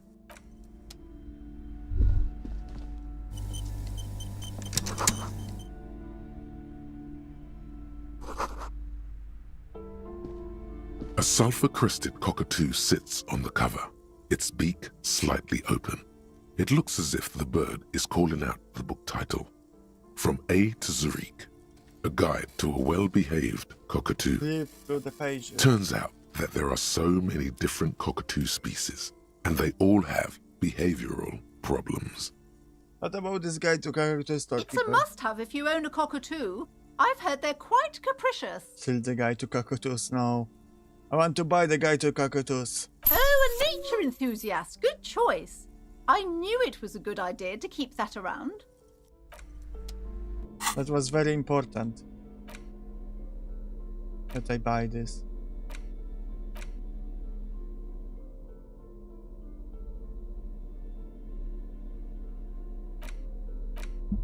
Can I read it? Or somehow? No?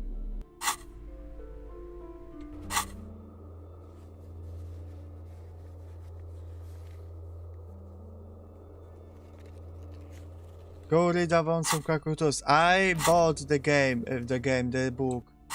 How do I read? That's a question, right? How do you read books? Use interact button to... okay, interact. How do I use interact button? Ah, A here. cockatoo is a parrot with an erectile crest, found on the Seminine Islands and in southern Fas-a-la-Mer. Known for their intelligence and general precociousness, cockatoos are popular birds in aviculture. However, they often exhibit various behavioral issues. This book talks about the delicate nature of toos, as well as introducing some of the most popular species among the bird enthusiasts. The funeral cockatoo, the major majestic cockatoo, and the most common bang bang cockatoo. Bang bang It's colorfully cockatoo. illustrated. It's a cockatoo with the gun. Alright, what problems do these birds have? Where to even begin? All cockatoos are known for their needy natures, requiring attention for at least 2 full hours a day. They love to talk, and have been described as lovable clowns who just don't know how to wrap up. I can handle that. It would be nice to have someone to talk to when feeling lonely. Pet owners also report moodiness, loudness, and hostility as recurring issues. If left unsatisfied, cockatoos may scream non-stop, pluck their feathers, or become Right, that's aggressive. pretty bad. Anything else? It is not recommended to get a cockatoo if you're not able to cook them food every day and give them the full care that they need. These birds will never understand that you have a life of your own. Okay, yes, but there has to be something great about cockatoos as well. You're right. Cockatoos are magnificent creatures. They love to perform, cuddle, and show off, and will even scream for fun, often as loud as up to 135 decibels. Ouch. That must hurt. Not great for the neighbors. About the funeral cockatoo. This is a yellow-tailed black cockatoo. Its specific name, Psittacus venereus, relates to its dark and somber plumage. Why does this bird looks as if dressed for a funeral, 24/7. There is something indisputably ominous about it. My apologies. Why does cockatoo is named cockatoo? Let's break down the name. Cock, meaning dick, meaning penis. A and 2. So either it's misspelling of number 2, so then that would mean 2 dicks, or it could also mean penis too, or penis as well, you know.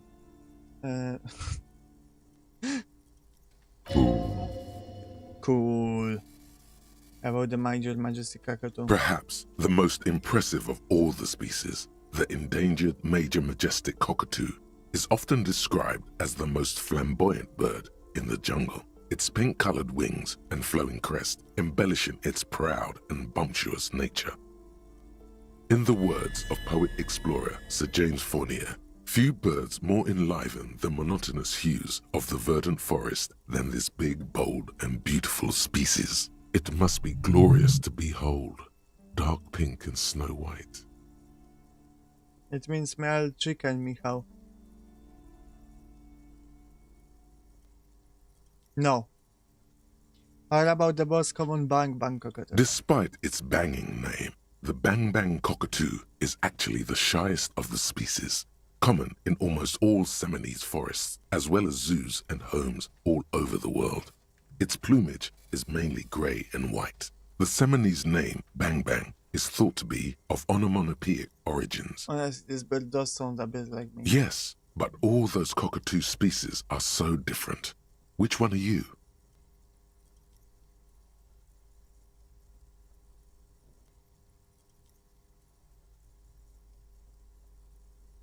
What if I'm just a fakupatu?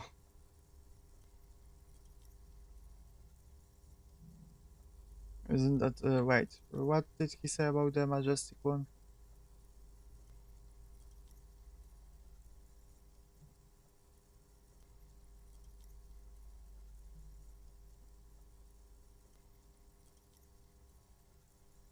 Majestic one, of course. You're right. Your Majesty embodied. This big, beautiful bird belongs on your heraldry. Put the book away.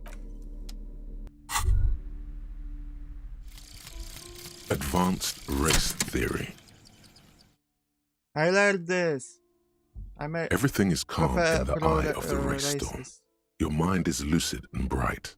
The mind-bending phylogenetics appear more distant and, to be fair, a little ridiculous. The great race mystery has cleared up. All that's left to do is verbalize your thoughts. Go and talk to Measurehead about your newly found insights.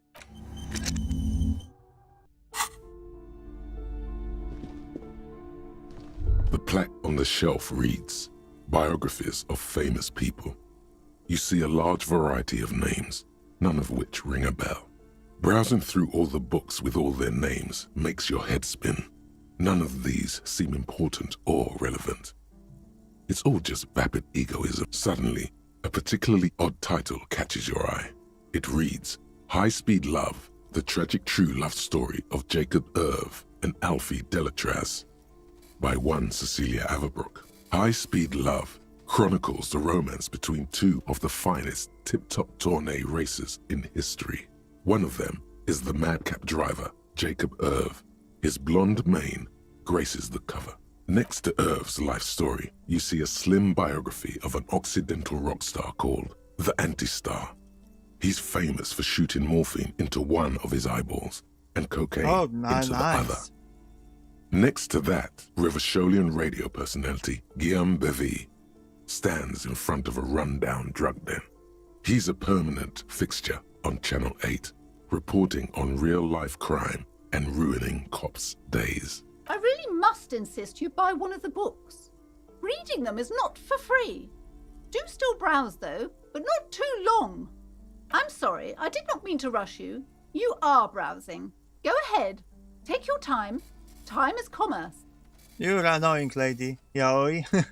Yeah. Let's look for Yaoi. Storekeeper, anything of note in the shelf? I would say... The Greatest Innocence. Yes, most certainly. It's an important educational tool delving into the depths of history, religion, and their relation to innocentic power. What is it? A very influential historical figure. But surely I don't have to tell you that. You're a law officer, and law officers have at least some education. The book is also very daring. The author aims to re-examine the universal understandings of the innocentic system, creating a fresh vantage point and a shift in the tired order of things. I thought it was about which of these innocents is the coolest and greatest. Perhaps for a layman, deep analysis is necessary to peel back the multi-layered meanings. Do her words seem vague and abstract to you? So you recommend it? Certainly. It's prudent for a person to have at least an elementary understanding of history and society. Imagine the chaos we'd be in otherwise. You feel like you should get this one. Definitely. It's important somehow. There's something personal inside. I cannot buy it. I'm poor. Several maps have been attached to a bulletin board hidden inside the alcove. They're held up by small pins. The board has come loose from one corner. The maps look old and faded. Your eye catches a map of Insulinda, a map of Revachol, and a map of Martinez. This large map displays archipelagos. Okay, I'm going to You speed see read a constellation of small because dots it might be on the boring. light blue emptiness of the Insulindic Ocean. The largest in the northeast, Ozon, Laurentide, Fas Just Lord Alamir, drop that. I archipelagos, North I cannot even Arcade imagine Islands, it without all seeing just actual map. specks of dust on the vastness of the Insulindic. On the edges of the map, the color fades into disintegrating into mathematics. In the northeast, a dust mite stands on the north coast of Caillou in a bookstore. It's you. Radiating outwards from you, the suzerain Revachol. With a radius of 80 kilometers, still, the crown jewel of this Can you see Isola cities on would be the barely island? visible. You can, on Caillou, Revachol, a single black star, on Ozon, Fondelier, Hello, and Johnson. Vilmandu, on archipelagos, Croyan Moran, Villiers, on Semenine, Olduvai, and on Laurentide, Deora of the Seven Seas. Yeah, I know. It's not only for. I love this game. It's fun. It's not engaging. Can you tell me your other name, your other nickname that you had, Jensen? Because I know I recognize your avatar, but I don't recognize the name because then YouTube fucked with it. Susie. Okay, thank you. Yeah, show me the fan-made map. I'd love it. You can even link it right now. Lost little pearls of light, tiny fires in the dark. 850 million people live on these little dots, an oceanic world of culture and commerce torn apart by history. The ocean breaks apart into a tangle of cosines and azimuths, all pointing into pale nothingness. Windy, connections to other worlds, words past the Incelindian, unknown to you. You only know you've never been there. You have little idea what they are.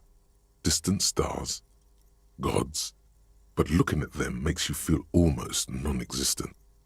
Whatever they are, the Isolas are immeasurably large compared to you, and very, very far away. Perhaps they are gods, gods of distance and outer dust. Look at the map already. The north coast of a verdant island is shattered by the delta of a river.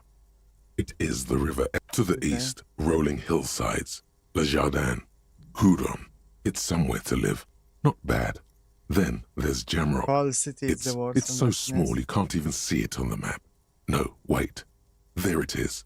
North of Jamrock, the strip of coast next to the Greater Rivershell Industrial Harbour. It looks downright despondent. It's almost Coal City, to be honest. No, Coal City is worse. A charred limb. Rain falls on its slick black streets. And then there's the burnt-out quarter in the heart of Jamrock. Is it cold in this bookstore?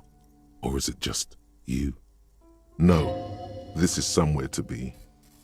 This is all you have. But it's still something. Streets and sodium lights, the sky, the world. You're still alive. Look at them of Martinez. It's not really a map. It's a tourist thing. A picture postcard with buildings on it, drawn from an isometric perspective. A date in the upper right corner says 48. Still, it's detailed. Could be pretty useful for scouting ahead. You see the jagged boxes of an industrial harbour. Can I buy Even the whirling... I'm sorry, officer. The map of Martinez is the only one available. The other two are not for sale anymore. And besides, you could scarcely afford them. They're quite valuable, though they might not look it. Why The is map the of one of Martinez Martinez is so 90 cheap? cents, though. That old thing. It's an out-of-date map of a tourist location that never was nor came to be. From when some design studio people tried to spruce the place up 4 or 5 years ago. They also renovated the horse statue, set up those coin-operated viewers, and designed the new street lamps. The place does not look like a successful tourist trap, does it? What happened then? They didn't get that far, for some reason. A shame the project never got going. Would be nice if someone fixed Martinez up. All these ruins are bad for business. Okay, map of Martinez, let's buy it. Always good to be informed of your surroundings. The worn map features the patchwork grid of the streets of Martinez, with directions to appropriately touristy locations. Year 48 result, your finger moves through the various streets. Across Rue I thought de we would see a Saint-Gislain picture of it, I and will be Rue honest. Saint-Sipar. I'm a bit Over disappointed. some, finally coming to a halt on the spot where you are currently standing, although the map gives no such indication itself. For a more detailed view of the map, go to your journal and... Okay. I have the map now.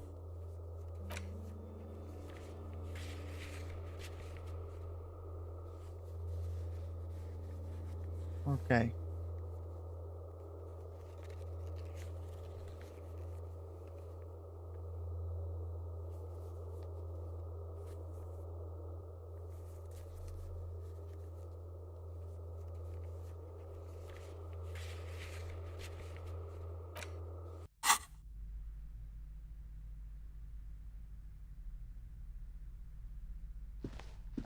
This bookstore is not strictly about crime, romance, and biographies of famous people.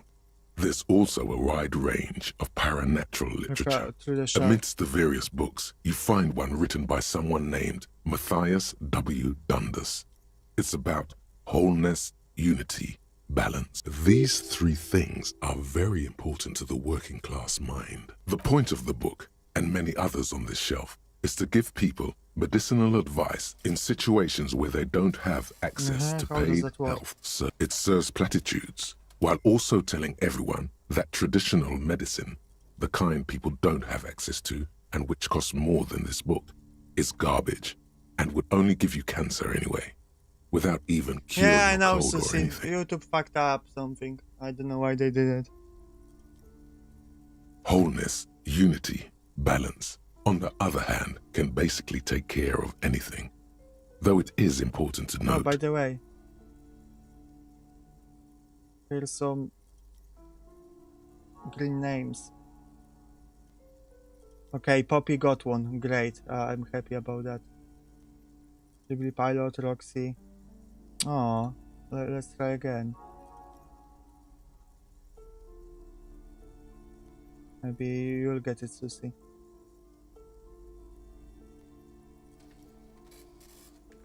No, I'm sorry, Susie, you didn't get it. When it's up to your mind to heal yourself, then it's because of your mind that you're ill in the first place. The book features chapters on topics such as how to find magnesium. There's even a chapter on the ancient Seraise tradition of using duck gallbladder preservatives to treat. This is just mundane garbage. What's even paranatural about this? Hello, PS5 gamer, once again. Find something truly otherworldly. The throbbing in your head increases with every passing moment you gaze at this shelf. Suddenly, as if out of nowhere, a small green book becomes apparent. The title of it reads, Medicinal Purposes of the Pale. What's the pale? The book contains very little explanation on the matter. This knowledge seems to be taken for granted. The book contains descriptions of various pseudo-scientific therapies, alternative medicines, and folk remedies involving the pale, also known as le territoire. For example, it recommends vigorously swatting one's naked body with a venik or hand broom, made from the leafy twigs of a young birch tree from the near pale. Changing meds. And a bit tired.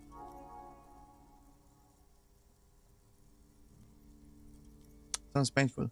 It is supposedly invigorating and good for the circulation. What else? It also recommends consuming distilled spirits like vodka or whiskey that have been aged in the pale. Readers are instructed to cover these jars. Among other benefits, it is alleged to restore a damaged liver to perfect health. That seems improbable.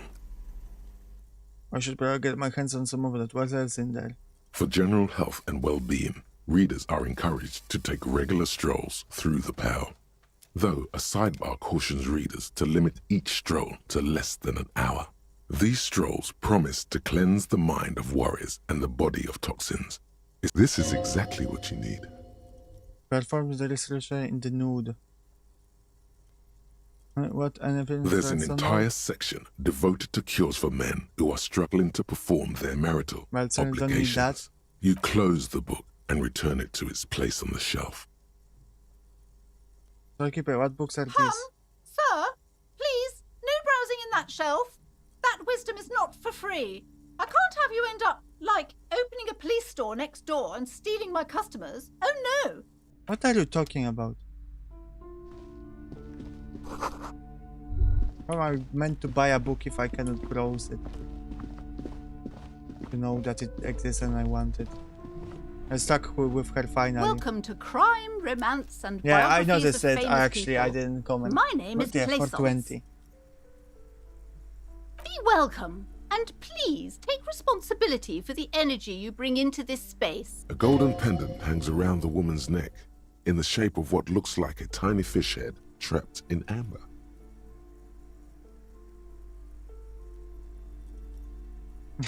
Before we go on, you seem to be well enough. Can you give me some money? I feel there won't be an opportune moment to ask later. Sir, don't be ridiculous. I certainly will not give you money. I would be doing you a grave psychic disfavor. One has to earn one's success, even if one is a police officer. Handouts are nothing but manipulation. All they do is make you dependent. Alright. Certainly there are good things to be said about dependence. It would forge ties between us, us working people. Good practice for fighting our common enemy.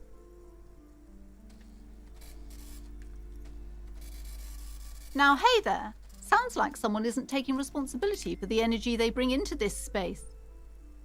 Oh, thank you, girl. I will look into... Fighting enemy. My philosophy is everyone just getting along. Like your wristband you're wearing. Oh, yes. Helps to have an Narrow your anchor eyes in these mysteriously. times. So you're the owner of this place? I am the proudest owner of our little shop of culture. What if I want to buy a book? Goodness, you were already doing good, browsing the shelves. Why'd you stop? Don't you feel compelled? Go, go. Get back there. The books await you. So what type of books do you have? Everything is on the shelves. Okay. Take a look. She smiles and nods. The girl also mentioned that this place is cursed. Cursed? Who said that? Annette? I will have a word with her. This place is not cursed. It has a robustly magnetic energy. Ah, she's Good for spiritual commercial kinda activity. woman. My business is thriving, sir. New age. What in God's name is she talking about? Doesn't feel like it's thriving. Feels ghostly. There is the one standing outside the store, right? Annette, yes, my daughter. I hope she wasn't slacking off again with her nose in science fiction. Tell me, was she at her post doing her job like a proper girl? Yes, of course. Wonderful. Did you talk to her? Yes. Great. On a scale of 1 to 10, how compelled were you to buy books after talking with her? Her opinion of her daughter depends on how well she lured you into the store.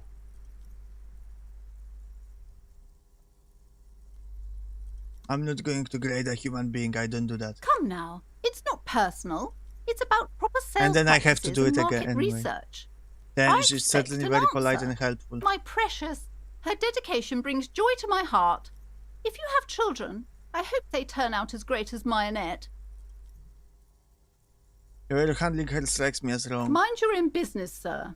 In our society, people don't get to tell each other how to raise their children. It's none of your or anyone's business. Denial is the way she copes with criticism. I'm here to dismantle the free market and abolish child labor. You must be kidding. There's nothing like that happening. Depends. How much do you pay the kid? Good, sir. What does a young child do with money anyway? No, I save it for her as a fund. She's securing her financial future out there. Such criminal behavior would not happen in more developed countries. In the more developed countries, this sort of thing is too felonious, child labor and slavery. Those countries will realize they've raised a lazy and spoiled generation. Are we done with the jokes now? Yes, we've had quite enough fun here. Right. Okay, let's change the subject. The woman before you scans the store. I was told there's a Her huge fridge in shoulders the building rigid cellar. and Can you lead tense. me there? A fridge?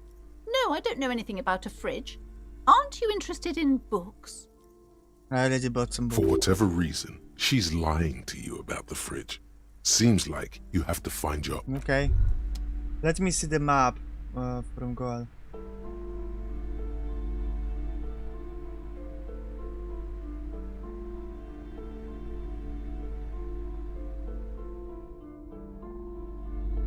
Look at this.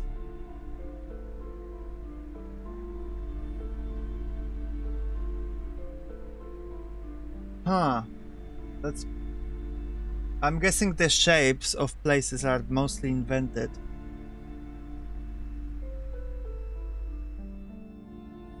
Grad.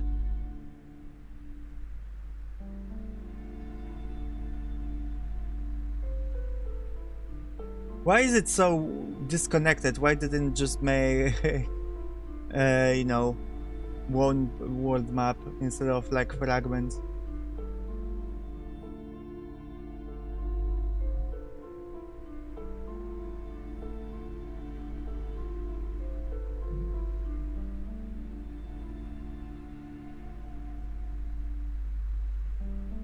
Where is Levenchol? Where are we? Let's deplore. Let's not get into it. Let's get into it. I don't see. Where are we?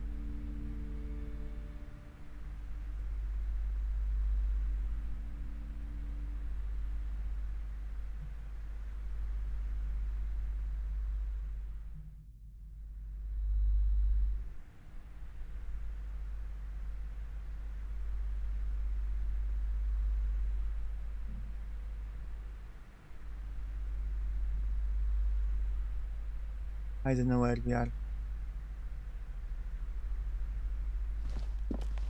Internalize jump through and talk to Joyce. Ah, right. But I don't have. Ah, then I'll learn. Okay, but I cannot right now. So later. You see a set of tattered curtains blocking the way to another room. A strange cage-like trinket dangles from the curtain. Excuse me, officer. The back room is strictly for employees only. Shopkeeper, what's behind the curtain? Nothing. Now please go back to browsing the books. Don't you feel compelled to look at the books? The books are all you care about. She speaks almost as if she's trying to put a spell on you, urging you to buy more books. Oddly enough, the more she tries to draw you away from the curtains, the more alluring they become. You see some kind of charm, an irregular polyhedron assembled from bones, sticks, and straw. Inside, a disturbing fish head with empty eye sockets stares at you. This is a traditional Seminese ward, meant to provide protection against ill luck, bad dreams, and curses, we and know other that. supernatural inhabitants of Ile-de-F. Aside from poking at it suspiciously, there is nothing else to do with the fish head charm at this time. The curtains remain shut before you. Le Kylo.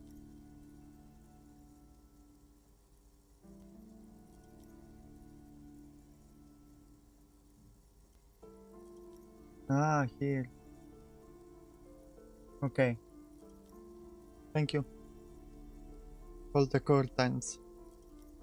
Just as you're about to pull apart the curtains, the petrified voice of... Sir, don't touch that. I told you it's off limits for the customers. Parapsychologically speaking, we're done if you decide to open them. I won't be held responsible for the consequences. It's too dangerous. She looks away, mumbling. Why is everyone always messing with the curtains? Why can't they just buy books like normal people? I've heard there's a freezer they need. Everybody suddenly needs something from there. Leave the curtains be. It's what it wants. It's about the curse, that's why you're afraid. No, it's just a storeroom for the employees, I told you. Now please step away from the curtains.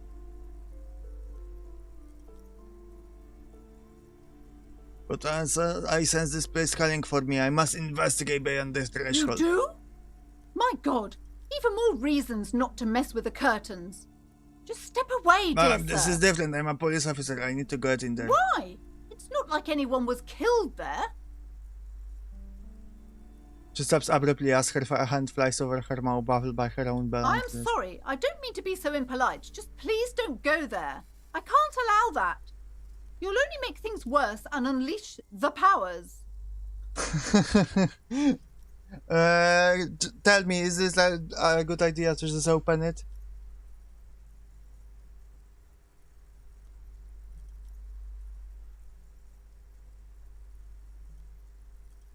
Oh, one canon map we have.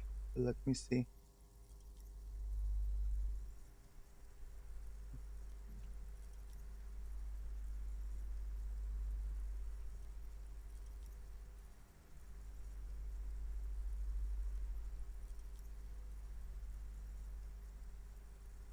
Okay.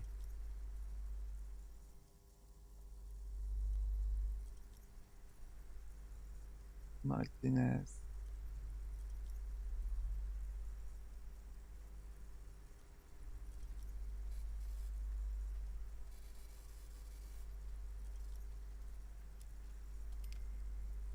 Give me a second.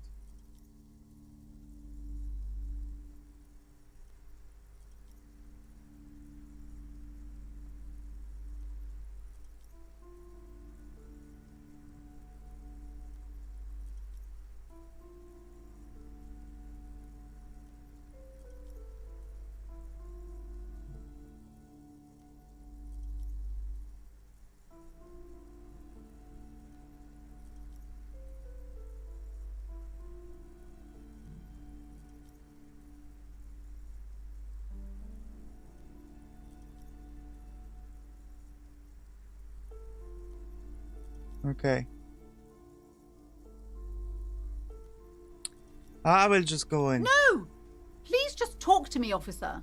Come here and let's talk this through before you decide to do anything extreme. Talking is always good. There is something mysterious about the curtains. Be careful. The curtains, tattered with age and covered in dust, hang Rip them before apart. you. There's some... Okay, no. Let's talk. Hello again, esteemed officer, and welcome to Why are you so Crime, uptight about those Romance, curtains? I just and want to know what's being Biographies. on the I other already side. told you, it's just a storage room for employees. I don't understand why it's so important to you. Just let it go, officer. Go buy some goddamn books. You're supposed If to it's just be a storage room, why does it drawn have to a the mini books. sword protecting it? It's just for decoration. She wavers under her gaze, mouth pressed into the tight-lipped smile, then something better. Okay, fine. It's because this place is cursed. Just like Annette said, they don't call it the doomed commercial area for nothing. Are you happy now, officer? Happy that you've ruined everything? Host of hosts, she prays. Guard me and my honest business venture from the curse that lurks behind the curtains. How does this curse manifest itself? The curse is so much worse than you could imagine. It's a disease, eating at the very foundation. It's the curse of financial distress, of ruin and bankruptcy. Didn't that curtain just move? Oh no.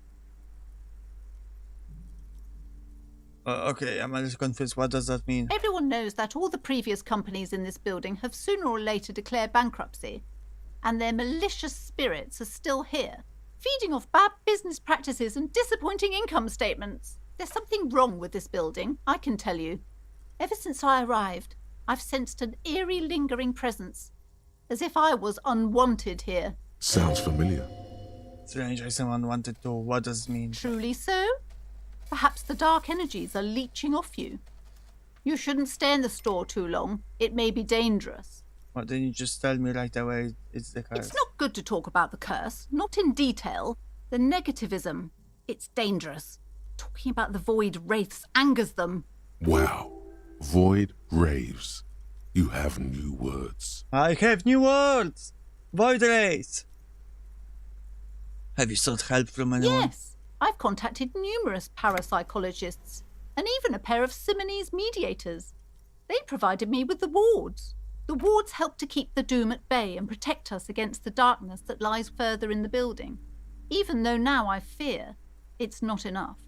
Is your pendant part of the wards as well? Oh, this? The No, necklace. it's a special Himian amulet, blessed by desert pygmy shamans, with a spell of compulsion. It's to compel people to buy books. There are numerous spells cast throughout the store. I had the books anointed with a different inducement spell, for example. It's guaranteed to boost sales 15%. Desert pygmy shamans. That sounds like a rather questionable way to describe a group of people. Like me to take the case, I could investigate, see if the curse is real. Most certainly not.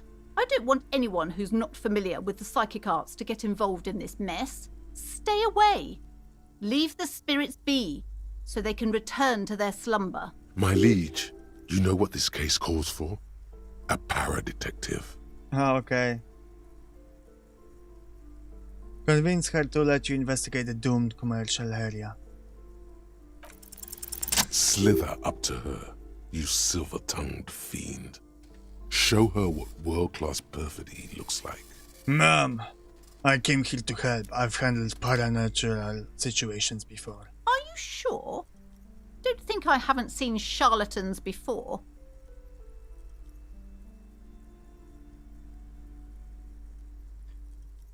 I sense the psychic emanations from afar. The sleeper beyond calls out. I'm not sure I can trust your claims. Honestly, you look like a bit of a drinker. I'm sorry for being so blunt, but... The lieutenant keeps his usual stony calm. He silently picks out his notebook. Go ahead then. Rock her world, he thinks. I'll compose some notes. Ah, I got you, Kim.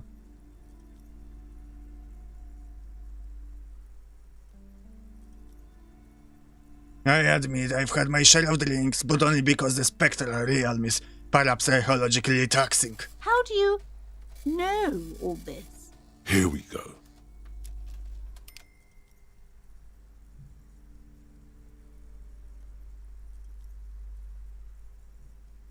Your words brought me here in the first place. The Semini's blood also runs through me. You're part Simonese.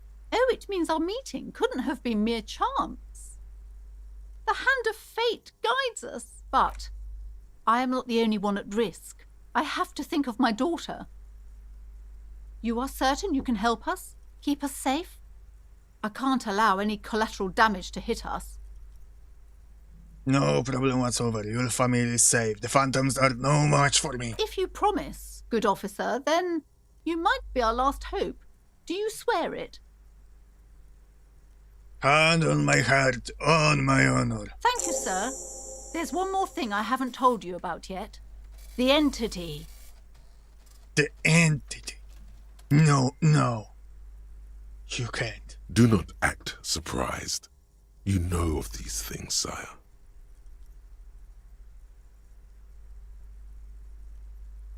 Of course, the entity. But I have sensed its presence. You have?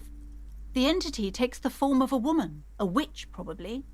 I've suspected that she must be connected to the curse ever since I first saw her. Did you know that she lives inside the chimney? Hello, Exagami. Woman. We love women. Chimney, the passage between heaven and hell, of course. Yes, that chimney is part of the building's central furnace, and it's enormous. She has barricaded herself behind some metal security curtains. God knows what she's doing there. Some unnatural magic, I assume. You should go find the entity and ask what happened to all the companies in the building. What is the source of this curse? Here's the key to the warded door behind the curtains. Take it. Oh, and please do return to me after you've looked round. I'm quite anxious to know what she has to say about the curse. What you discover in there. Unbelievable darkness and ruin. What you discover? Probably just office space. And the damn fridge. Don't be scared. Okay, but please. The woman before... Come, Kim. We have a ghost woman to find. Our ghost girlfriend. You see a set of You see a dimly lit room full of dusty furniture and trash. The doorway stands in the back, taking a turn into Darman dozens of territory. scary little Seventies wards. Your shadow looming over it like an omen. Oh!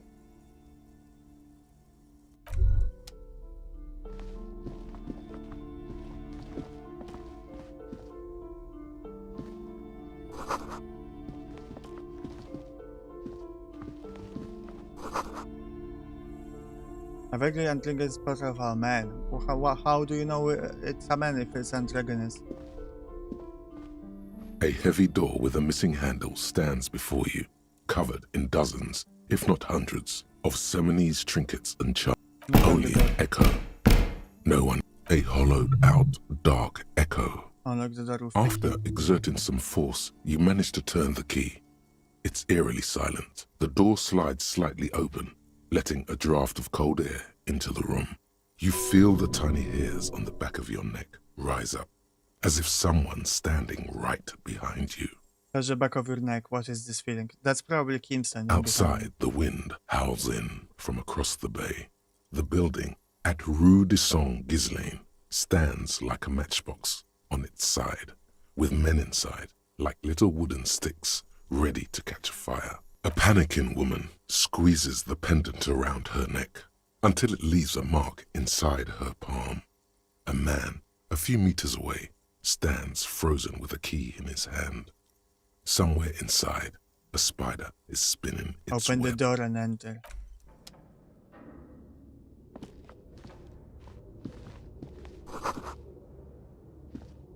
What is this place? Virgin stares at the dusty shining coming. It's an adventure. Is there another world beyond the veil? No, it's a gym. Though it looks like no one's been here in ages. I doubt the electricity still works. Good thing we have a flashlight on us. Don't forget to take it out of your bag before we move on. Some specks of dust shimmer in a faint beam of daylight falling from the window. Other than that, the room is dark. An eerie feeling rises in your chest. Let's just keep going. I'm sure it's just a regular abandoned house. Nothing mysterious. Sounds good.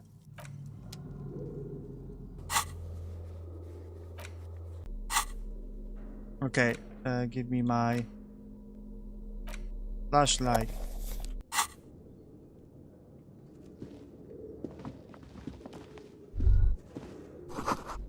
Looks like leather and sweat.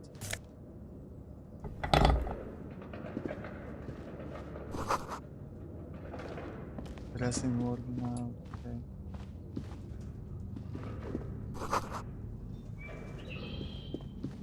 A barbell lies on its 60 kilograms. 60 Your kilo. triceps hum at the sight of these weights. No way. Show I'm the going world to what break. kind of beast it's dealing with.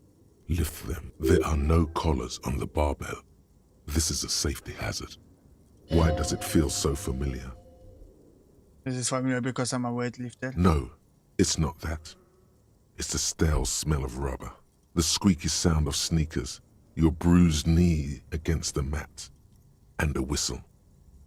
Then the feeling is gone. It's just a memory from another life. When you were young and fit. Look, him, it's a trap. There are no colors on the bar. You're right. The weight may fall off. Better not touch it then. What kind of bastard would just remove the colors? It should be a felony. It would be a violation of EPIS safety regulations if the gym was still operating, but it isn't. No one's supposed to come here anymore. Let's try this. I won't succeed, but...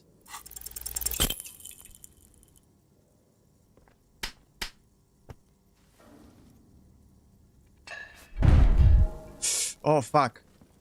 I will die.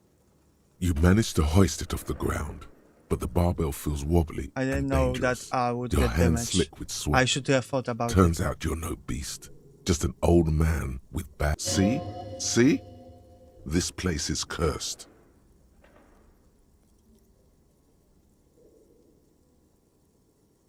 Whatever, weightlifting is for the interaction impaired anyway. It was never my favorite either.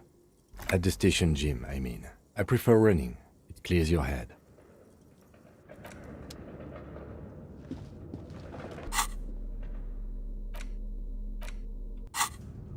Let's save. Let's save the game.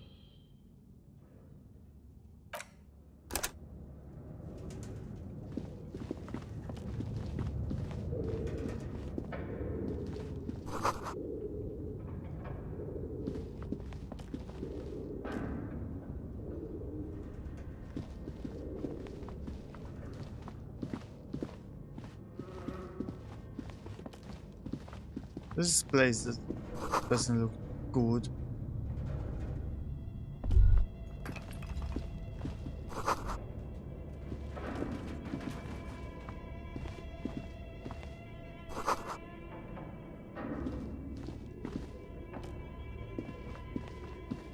What the fuck? There's a wizard on Your this. flashlight slides over an old green chalkboard covered in scribbles, sketches, and schemes, like some ancient cave mural.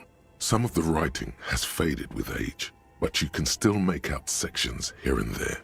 Photos and drawings have been pinned to the board.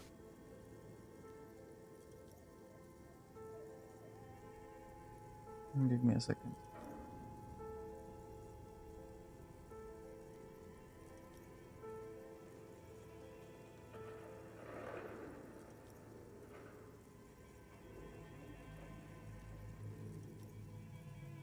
Okay. Inspect the drawing. These lithe, pointy-eared creatures appear to be different types of welkins. You make out autumnal candle welkins, casting, wax-based magic, translucent welkins, with organs shining under their skin, and even ether welkins, hailing from the vast emptiness of sidereal space. Who are all those creatures? Fantasies of a tortured, feverish mind? You should adopt one of those welkins as your persona. Okay, I will. No longer a mere man, but a welkin. I'm a Welkin now. By the way, I will just say that the protagonist of the game, with all the wacky things that he says, and, you know, adopting Welkin as a persona is very me. Like, I really identify with the writing of this game. I will sometimes just say, yep, I'm an elf today. And things like that. Or like he was talking with the lady before about the goal. Sometimes I will turn on my, you know, spiritual hut, and I will be like, yes, the ghosts beyond the veil are talking to me. That's very chuny, and the protagonist is also very chuny. One of the Welkins, towering among the rest, appears to be different. Examine however. the Welkin. This is important. It's Vara Hamira, a high Welkin, his face white and scarred like cracked marble. This is clearly a Welkin supremacist. The note says, all non-Welkin races will be purged. The Haldor, the Twarg, the humans, and even headless men, all of them, purged. Imagine a world filled only with Welkin, Green Welkin, Dread Welkin, and the High Welkin to rule them all. You think an officer? Yeah. One can only hope to retain this level of whimsy at his age, yeah. An inordinate amount of time has gone into drawing these little Welkin creatures. I think I will be even worse once I get older. How do I know spend so much? Some people really like building a world, I think. Even if it's just for a game. What are these creatures? Who drew them? Are they real? I have so many questions. This looks like concept art for a project. It's not really real. One of them is a Welkin supremacist. Mm-hmm. Political commentary. That one has a great beard, too. Well, this has been a direction. Let's move on from the Just look at those details. So much effort. Nice! Kim likes it. And for what? That makes me happy. All gone. Inspect The the photo photos. collage depicts barren, icy landscapes wrapped in perpetual night. You see permafrost and glacial landforms, dead trees grown in under the snow. Entire oceans have been frozen from shore to shore. There are pictures of settlements on dried-up riverbeds, abandoned in a storm. Animal corpses in the dark, carcasses and bones. You see primitive oil rigs built into glaciers, boreal dvorg, yurts under the snow, great mammoth-like beasts of burden. A pinned postcard reads, "The heat death scenario. A desperate fight for geothermal energy engulfs the world as like the Wirral schedule. becomes untethered from its sun." This is a monthly calendar from the year 50. Cryptic words like sprint, daily minimi, and GPI span the marker-drawn grid, the grand scheme of production and money. Ah, it's like probably some kind of not gacha game, but my mobile game. It looks a bit like an academic calendar, only much more We're brutal. probably in a game studio. Everyone is constantly teetering on the edge of the abyss, an abyss of production. Although These squares I don't think there are orderly, video but games in beneath Fields them of is It's chaos, probably for the board worry, game or pain. tabletop. RPG. Minimi stands for a mini meeting. It's part of a bigger framework for managing work called RUN. Station 41 tried to implement it a few years ago, Beginning, what happened? but failed. As time goes on, the numbers in the boxes grow rarer and rarer. The board becomes an empty snowfield in the final days. Only failure and regret dwell in this region. Looks like they didn't make it. A note in the bottom left corner of the chalkboard says, "See the prod schedule filament for the handwriting is only partly legible, but you can still make out 3 slogans: call in, tune out, Wirral untethered, and heat death of the universe." The full text reads, "Heat death of the universe is the new black." Another note says, "The biggest advancement in role-playing systems since the 30s. Outside, a cold wind wraps the building in its bosom. Snowflakes in the wind. An old woman passes Why what the didn't locals call the that doomed fun? commercial area. She tries hard not to look at the bookstore windows. It's unwise."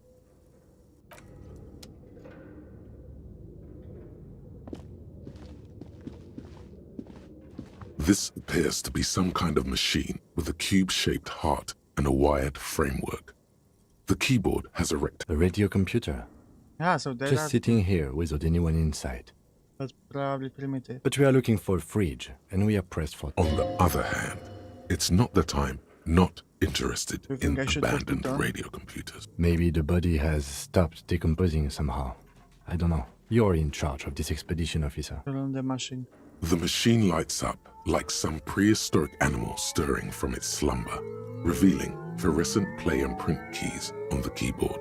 The hatch on the machine's central compartment. It's empty like a beehive without it. This is where the memory should go. Press play. Nothing happens. Press print. Nothing happens.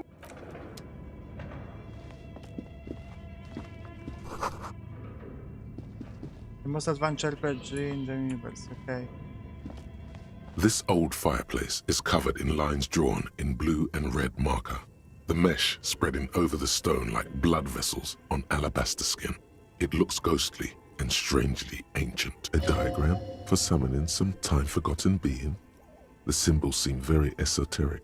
The whole thing resembles Kadran mosaic tiles. How do I know that Very mosaic tiles pedantic. are supposed to look like? History classes, students with their textbooks open, studying What am I the roots of looking our at? civilization.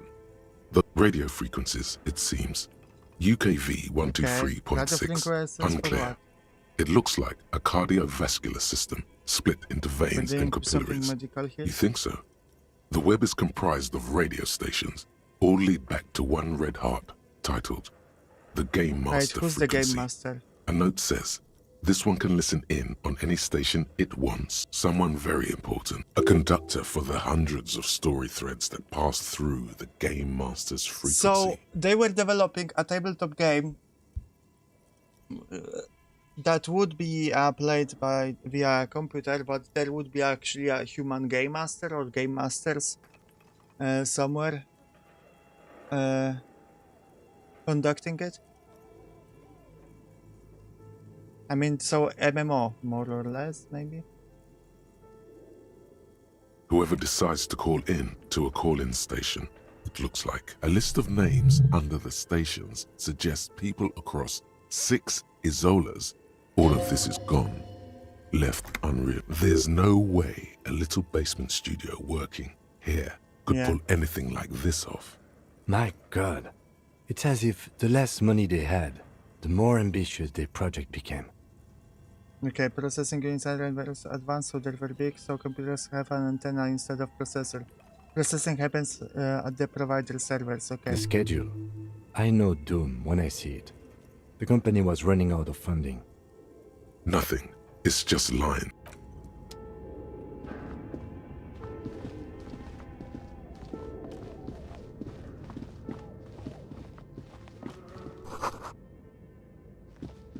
Okay. What do you think is going on with that computer, chalkboard, and fireplace?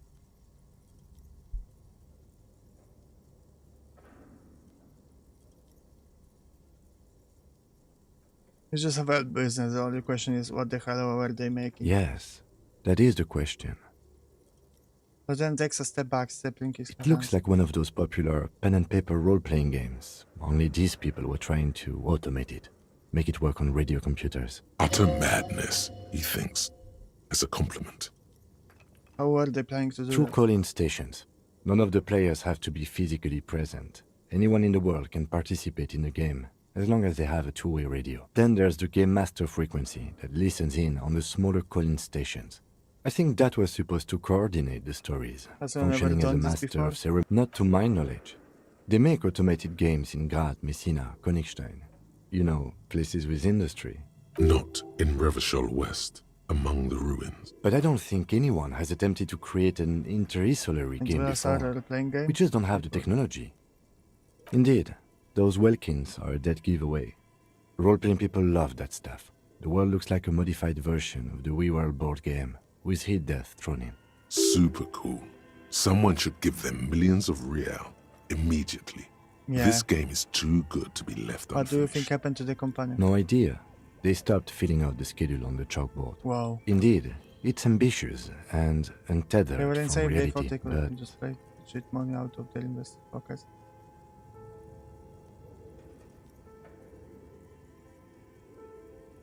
Do we have any money? Let's give them more money so they can finish and make it even bigger. it's too late for that, I'm afraid. Okay. Okay, let's keep moving.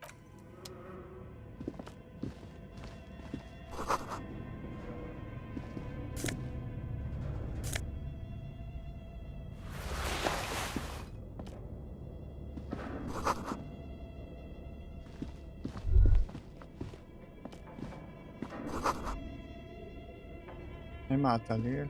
Who's that? Money. More money.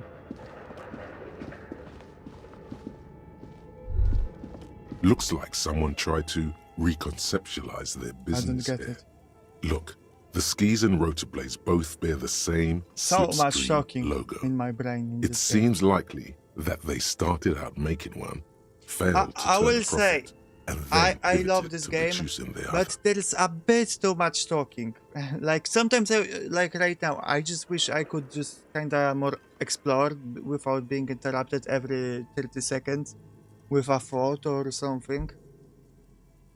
Like I don't need text all the time. Sometimes I just want to walk around.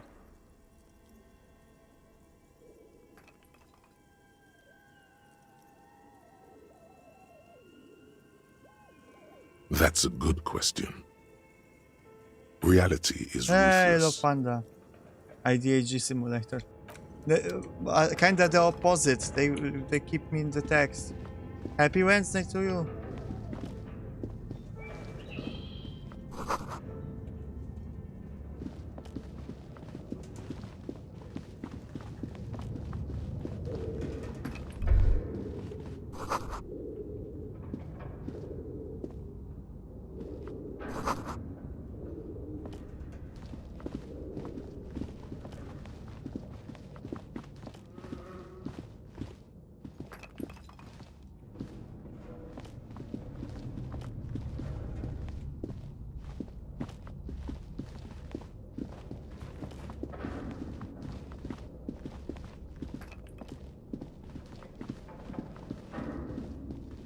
This is going up.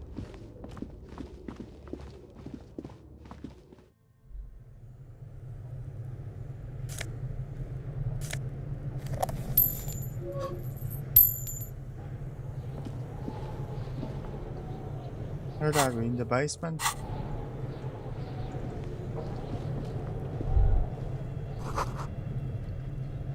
Bulge above, okay. How am I doing? Okay. Right now, I think okay. Earlier I was not doing well, but I felt a bit overwhelmed, but I think I'm doing better.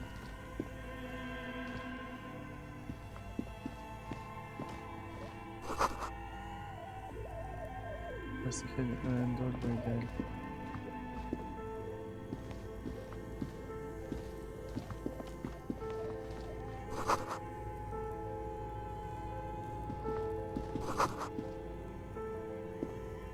A few bricks have fallen off, revealing a How are compartment you doing, behind Love the Panda? wall. It's too dark to see in. Where are we? Seems like an old bunker from the revolutionary period. Look at all those rifles. Must be an old weapons cache. Not a hole in the wall. Shine a light. There is, yes. And there also appears to be something inside the hole. Interesting. Do you want to take a look? Okay, I do. Your hand reaches deep into darkness and spiderwebs.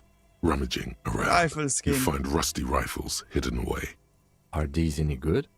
Most of them are rusty and inoperable, like the rest. But one catches your eye. A bolt-action model Yeah, with a I'm fine okay now. wood stock, in better cosmetic order than the others. That's a rare sight. Seems to no longer be functional, but still a beautiful thing in its own way. What does this mean, a rifle? It means there are firearms, albeit inoperable, still lying around in Martinez. It's an interesting coincidence, I would say. Good, just Might come in relaxing. useful in the future. Have you played Disco Elysium? He likes this find. He liked it, I can tell. He's a good boy.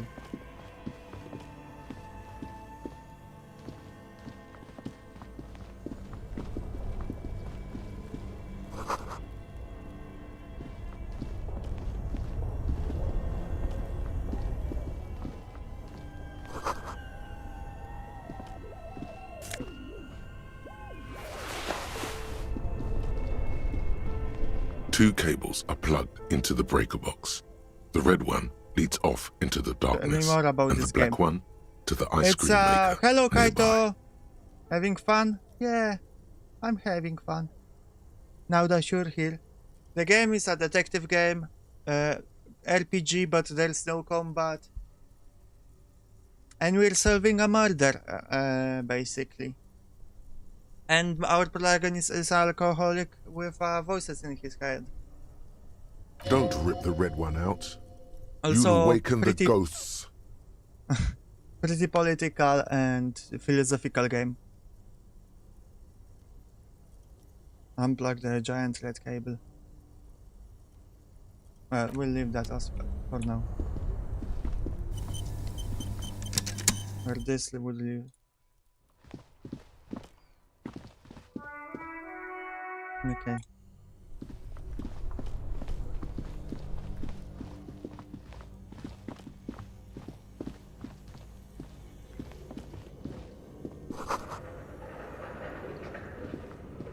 A thick layer of coal dust covers the furnace, coloring it pitch black. How are you, by the way, Kaito? Looks like this furnace has a face, and it's a face of agony. Kim, what is this thing? Is it a furnace? Looks like it. Looks like an old central furnace used to heat the building. It's connected to the chimney. No one has used it in ages. Look inside the No, furnace. It's dark and grimy here. There is In the supposed to darkness you can be a hear ghost woman chatter. here. Where is It's she? coming from I above. want to die, A guys. voice or several voices talking to each other. The echo is so prominent, it's impossible to discern what the voices are saying or what's producing them. What are you doing?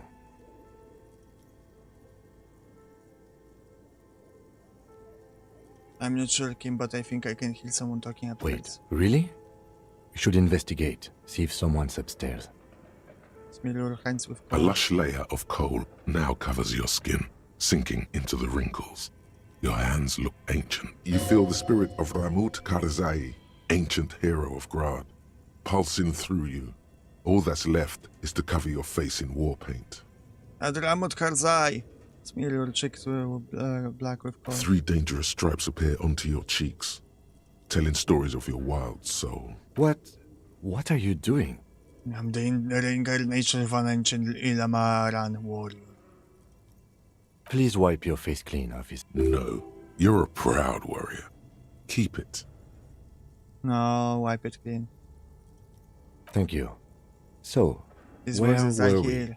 Maybe it's the malignant entity plies and said it lives in You're right. chimney. The rooms do look like they're connected.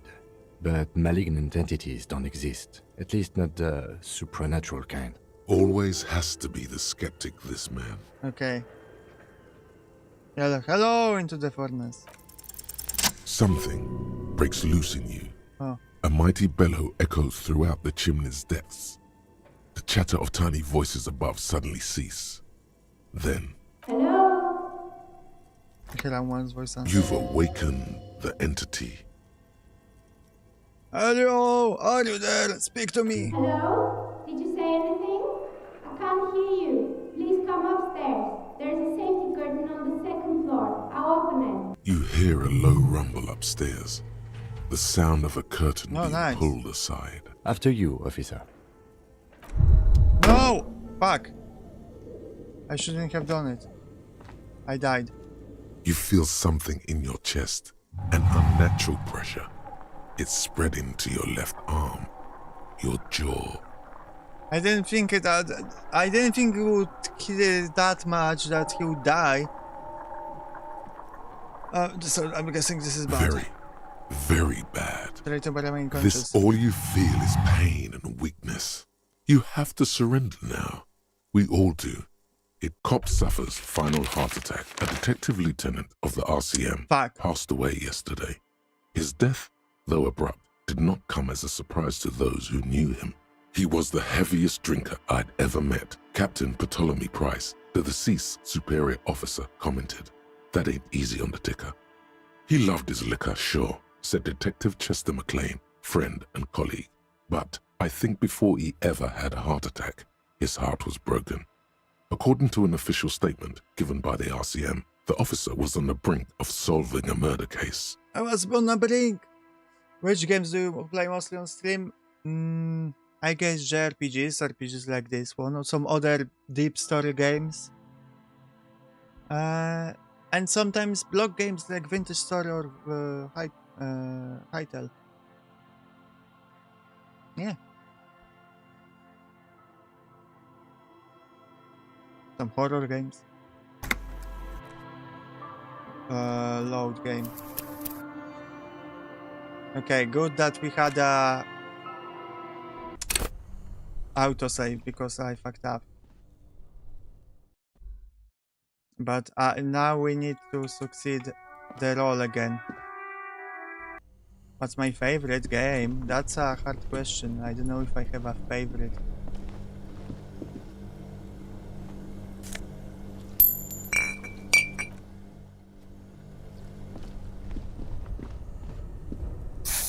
Let's kill.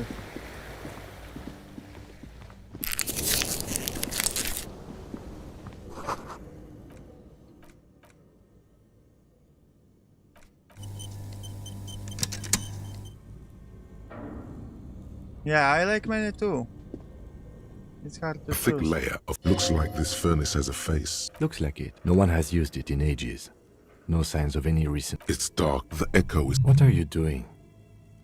Wait, really? We should invest... You're right. Always has to be the skeptic, this man. A lush, you feel the spirit 3 days. What? What are you... Please wipe... No. Thank you. Okay, now... Quick save. A thick layer What kind of games coal do you dust like, Lufthansa, covers in the this furnace, case? coloring it, pitch something. Okay. You've awakened the ent. You hear... After you, officer. Okay, we have another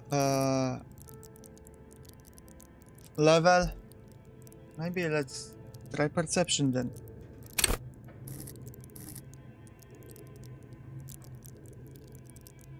Or actually another this. And let's get this one going finally.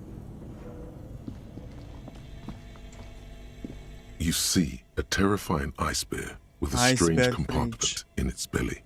The door is covered in frost, and the bear's eyes are glowing red. The bear looks oddly Back realistic. open the door. Is it taxidermy? A gust of freezing cold air rushes to greet you. You hear a low grumble as the bear regulates itself. This is the inside of a refrigerator. The lieutenant takes a peek Right, him is the inside. fridge, remember? His hand has found the holster of his gun. Of course. A giant ice bear-shaped fridge. Have I ever played DBD? No, I haven't. Just what we were looking for. But Let's I know see what what's it is. inside. The shelves are empty. All you see are crumpled ice cream wrappers with the brand name, Revachol Ice City.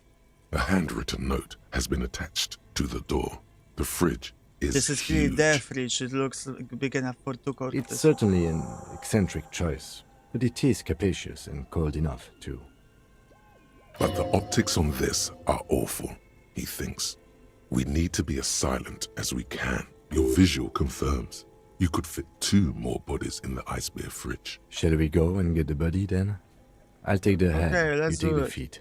The stairs... The body is heavier than you expected and stinkier. It takes half an hour to get it down to the basement. Then 10 more minutes to stuff it into the fridge. The lieutenant takes a step back to admire your handiwork. Beautiful. A dead body in an ice bear fridge. This is some of the best body's work Thank I've you, ever done. Lufthansa, for the follow. You have created an ice bear sarcophagus. Really, I think it's good work. No, not really. Look at that. What have we done? We stuffed a dead body in an ice bear fridge. We did our This best story with does the not means lead at this our long. disposal. Did we, though? Okay, maybe we did. At least we've stopped the body from decomposing further. Now you can conduct another inspection. Inside the icy realm of the ice bear fridge, the corpse stands slumped, waiting. Take the nose from You the door. pocket the note and the little fridge magnets keeping it on the door. Examine one of the ice cream wrappers in there. A friendly cartoon bear smiles back at you from a glossy cellophane wrapper. It looks nothing like the fridge or the decomposing body in it. The paper still smells of vanilla and chocolate. What Even is Giant under this Bird's fridge stench, doing in the abandoned cellar in the first place? Good question. It looks like an ice cream fridge. Somewhere in the past, it's summer. 5-year-old Fifette lets go of her mother's hand, change jingling in her pockets as she hops towards the ice cream stand right across the plaza. So they try to sell ice cream from this hyper carnival. I know. What an unfortunate marketing choice. What is even worse, the bear is still costing them money to this day. The electricity bill must be catastrophic. On the other hand, it did help us with a certain corp situation. Lucky us. Okay, so that's what is the bankrupting probably people, because they are running the bridge. Okay, tell me something. Shoot, Looney Rooney. How do you like it in the fridge? I like it a lot, brother. And Autopsy, you said you This really is your finest hour. You're a genius. Bruh. A regular Corpelangelo. Oh yes, Kobo mi Lobo. In the gift horse's mouth. Tracks and wakes and waterways. Ancient materials buried. Where, brother? Just a small gulp away. My beloved Kobo. A small gulp away. Come back later, Kobo. Okay, perception, let's go. Amuse yourself with my frank manners more than and my 50% memento mori features. If possible, also, see me in your dream. I already did. You touch the dead man's body. His skin is cold, God damn it, light blue and another silver failure. in the light of the fridge. You still have no idea where to begin, or what to even do with him. Fuck. It'll come to you sooner or later. At least he's safe here until then.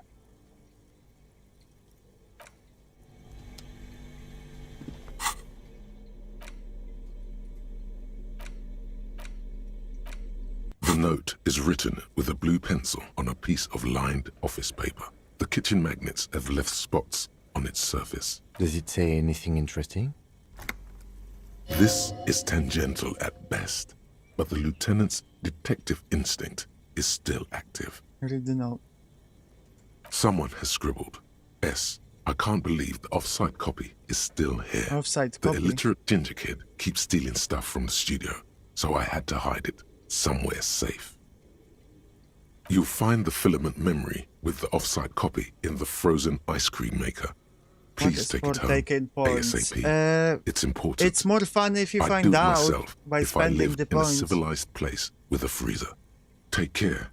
Sully Swaff. I'm sure you want to.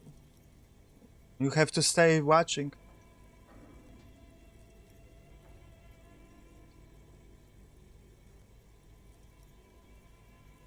Honor, who wrote that note? Looks like someone from that radio game company upstairs. I'm a little surprised they just left their property lying here. I will just tell you that I'm not going to have sex with you.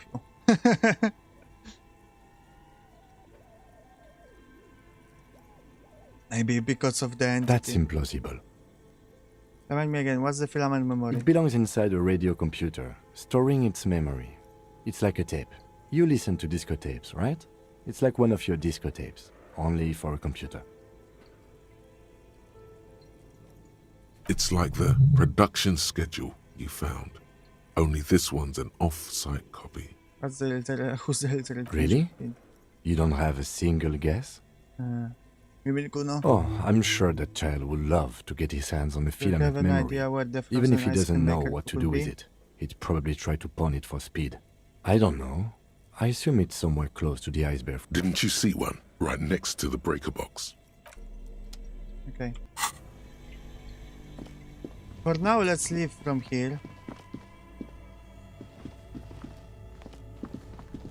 Usually for how long do I stream? My average is probably 3 hours. Sometimes I go for longer, sometimes for shorter. I tried going for 4.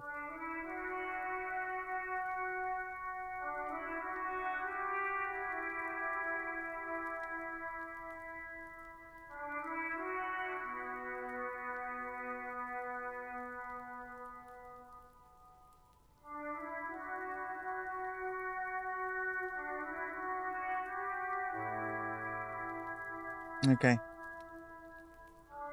Daily? I try to, but no. But at least several times a week. Sometimes I go on a streak to do it daily. Let's go talk about racism.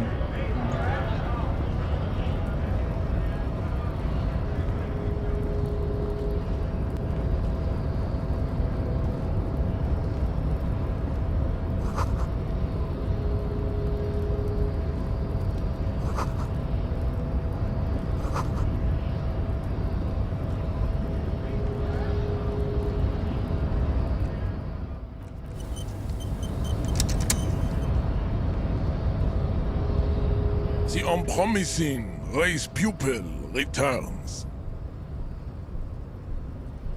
I am not the first line of defense. I am the last. In addition, these so-called hardy boys are an effeminate clique of bodybuilders. Their company is spiritually degrading. You pick up on something artificial in his tone, like he's putting on an act. This is unlike him. He is usually more himself. We're all part of the union. There's more to it. What have you got against? Fine. They have recently fallen under the influence of a possibly sexually perverted female vagrant and a narcotics peddler. It's shameful. What do you mean? Find out for yourself. Endomorphic blob. Interesting.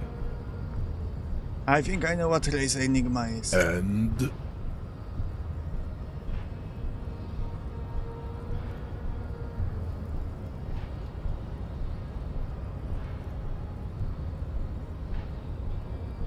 Let me read all the options.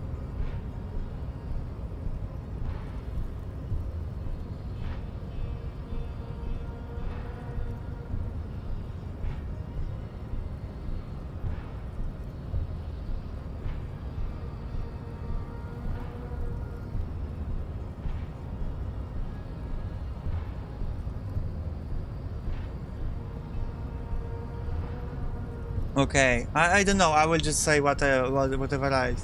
This racecraft is what rich people want us to do while they got all the money. Look, babe. The rich man has humiliated and emasculated this couple. He can only think in base materialist categories and feminine abstractions like money. Rich man really fucked him over, Jean.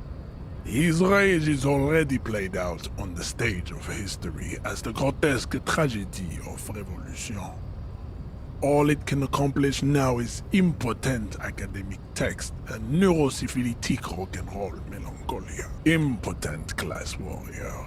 I take pity on you. You clearly want to enter the harbor bad, like a little boy who wants to go on the potty. I can press the button for you. It will open the door. That's all I want. Very well. You may enter the door once. Our race conversation here has concluded. Finally. Let's go.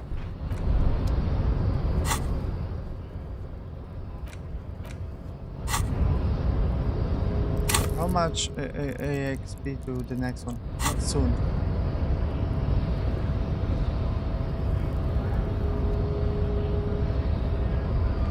Wait. The unpromising.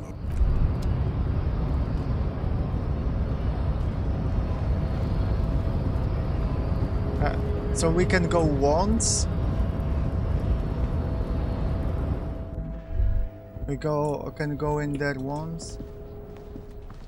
Oh, thank you for joining the Discord. Welcome.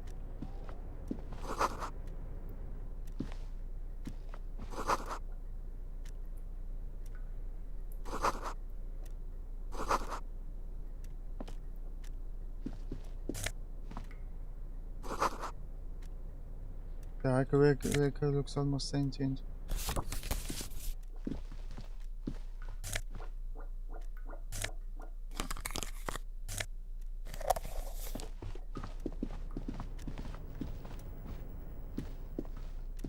On second glance, someone has forgotten to properly... It's unfortunate for the Union to just leave their paperwork lying around like this. Let's see what's inside, he thinks.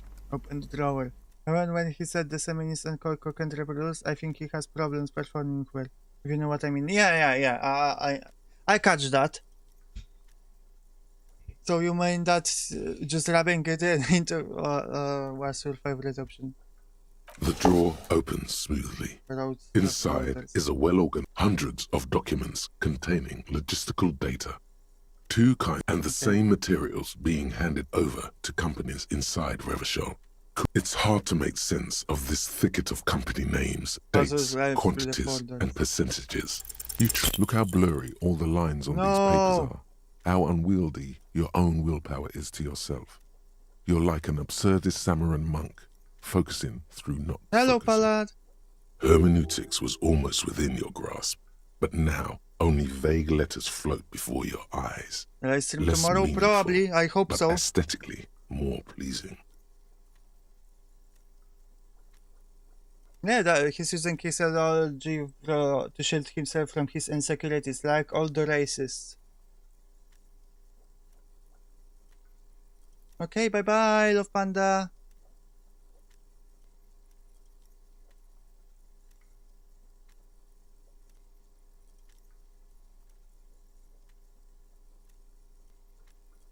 I actually focus through not You are a police officer, not a spiritual healer. You can focus the normal way by turning your attention to something. And is that what you're doing with those photos over there? Let's just go back to my thought exactly, officer. Force yourself. Again. Whatever's hidden here is hidden well. Concentration isn't enough. Only a trained accountant with a background in logistics would be able to really make sense of it.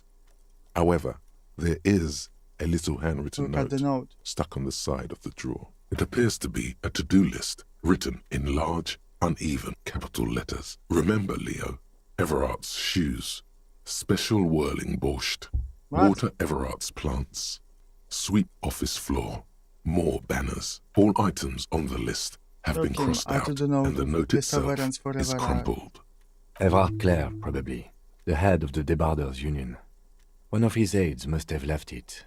Nothing incriminating here. The special borscht seems a bit odd in the list. They can look at the note. Remember, Leo, all items, the drawer, I love borscht.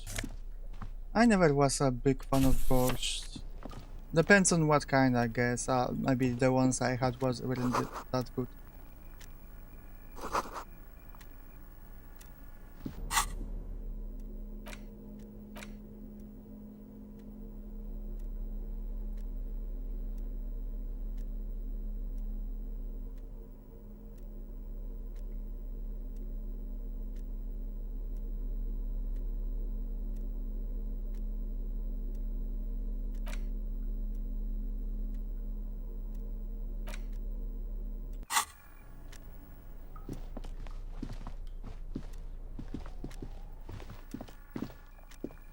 An imposing combination of a punch clock and a payphone is looking down at you. The machine swallows your coin and seems to be waiting for your next move.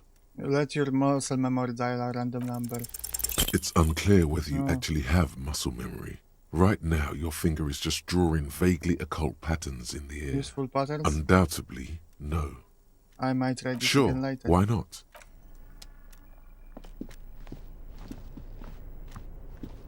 Is there anything else here? No.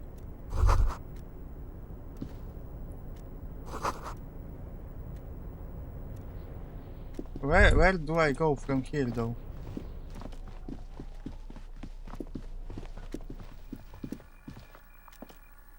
Ah, okay. I by mistake I clicked on the phone instead of the stairs. Looks like someone left his tarpaulin cloak hanging on the railing here. The white rectangle of the Revachol Citizens Militia is clearly visible on it. This is your cloak. You can feel it. Then I think that's mine. Yes, it does bear the RCM insignia, and we are the only detectives in Martinez. You think I should get the it? service cloak issued to you by your station? Yes, I do. As your fingers touch the tarpaulin, it almost feels like the cloak wants to deliver a message of comfort through your fingertips. I will shield you from the elements and give my life for yours. That's what the cloak is relaying. Oh, my cloak. That's so sweet of you.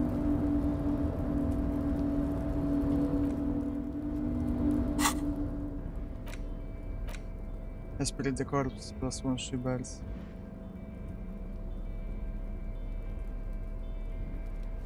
Improvement.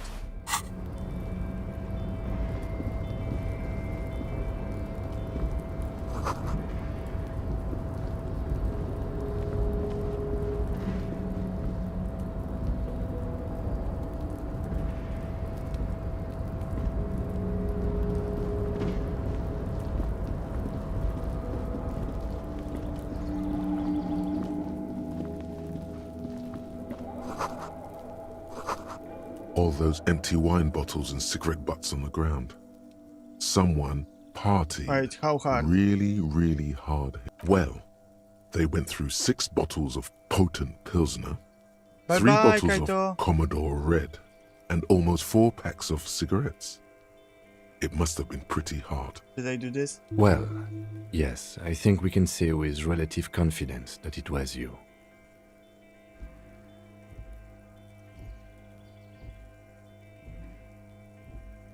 I must have been on an advanced scouting mission in the hard. Yes, this looks pretty advanced, alright.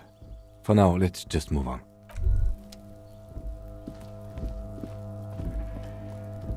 This is the night watchman's booth. The name on the door reads, René Arnaud. Listen, it's okay to take a few minutes to yourself. Sit down and have a breather. If you must. But please hurry. Nothing incriminating catches your eye. The cabinets are clean and their sparse contents meticulously organized. Like the picture? It's a black and white photo of a young couple out in a street fair. The man, René, is dressed in a Royal Carabinier uniform. The girl is young and very pretty. She is smiling playfully at the camera. René looks like he's about to smile. This photo must be tied to some good memories. Why did you take that picture of René? I'm gonna ask him about. You're really interested in that old soldier. Not sure I understand your fascination, but sure, as long as it doesn't take up a whole lot of time. Let me see.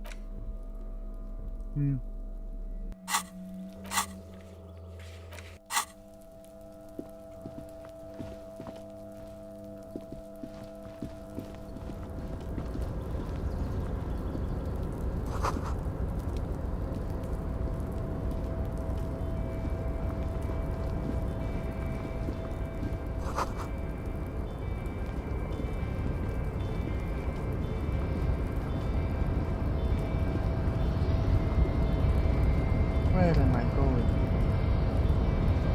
A rusting control panel with several knobs. 2 buttons marked Marche and Arrête are faded with use. Marche. On. Arrête. I will leave it alone for now.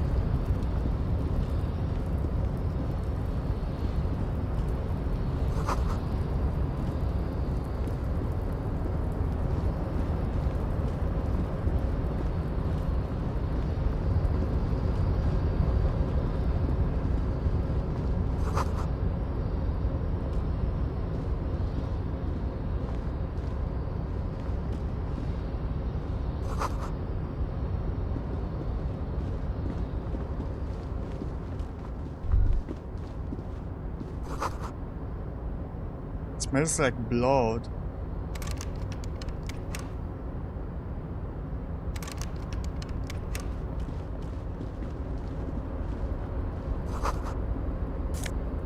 Money!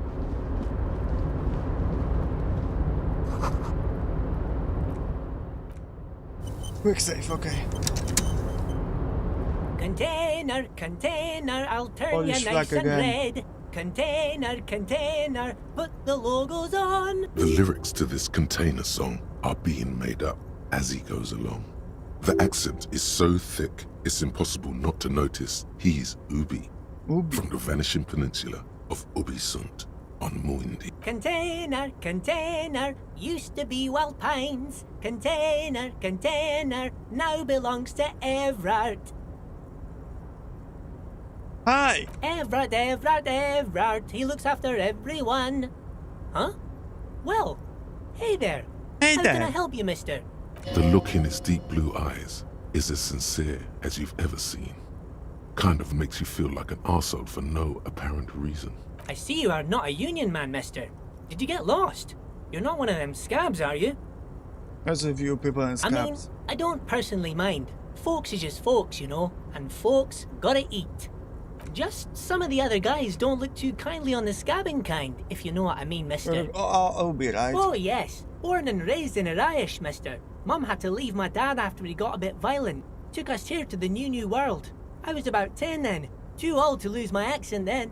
People say us Ubis are up to all sorts of trouble with sheep and other animals and whatnot. I just want you to know there was never So, any of that where I Irish come from. No, or sir. Welsh? Those are just nasty rumors. I don't know. I'm not good with accents. Thank you for clarifying that, I sir. don't give the containers. Oh, I'm just making some covers for them containers here. Yes, I am. Yes, I am. What's going So it's on here? easier for the crane operators to spot them. Everything is so pretty and red. You and Leo look like No, red brothers is so much as you prettier glance than around with similar grappled green. childlike wonder. Sure is, mister. Sure is. Really livens up the place. Yes, it does. Yes, it does. I hate to break this bonding moment, but the red containers mean they are replacing the company livery with the union livery, which means this strike isn't gonna stop anytime soon. Where's everyone? The harbor is empty. Oh, most of the guys are down at the gates, keeping the scabs from coming in. Begins with a confidential We're on a look. strike. The whole union is. You don't have to work when you're on strike. Ha! We haven't worked for 2 months now. So no one is working? Not everyone is down there, of course.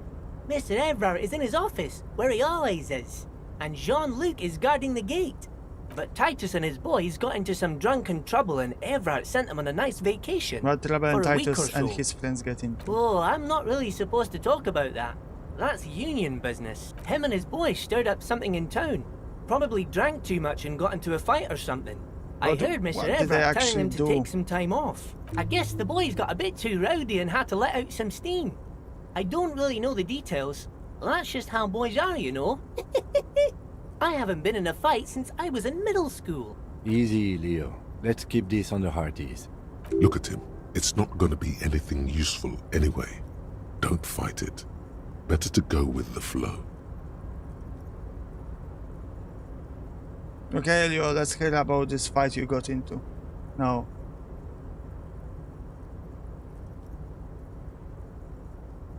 Did they kill off Too mercenary? late.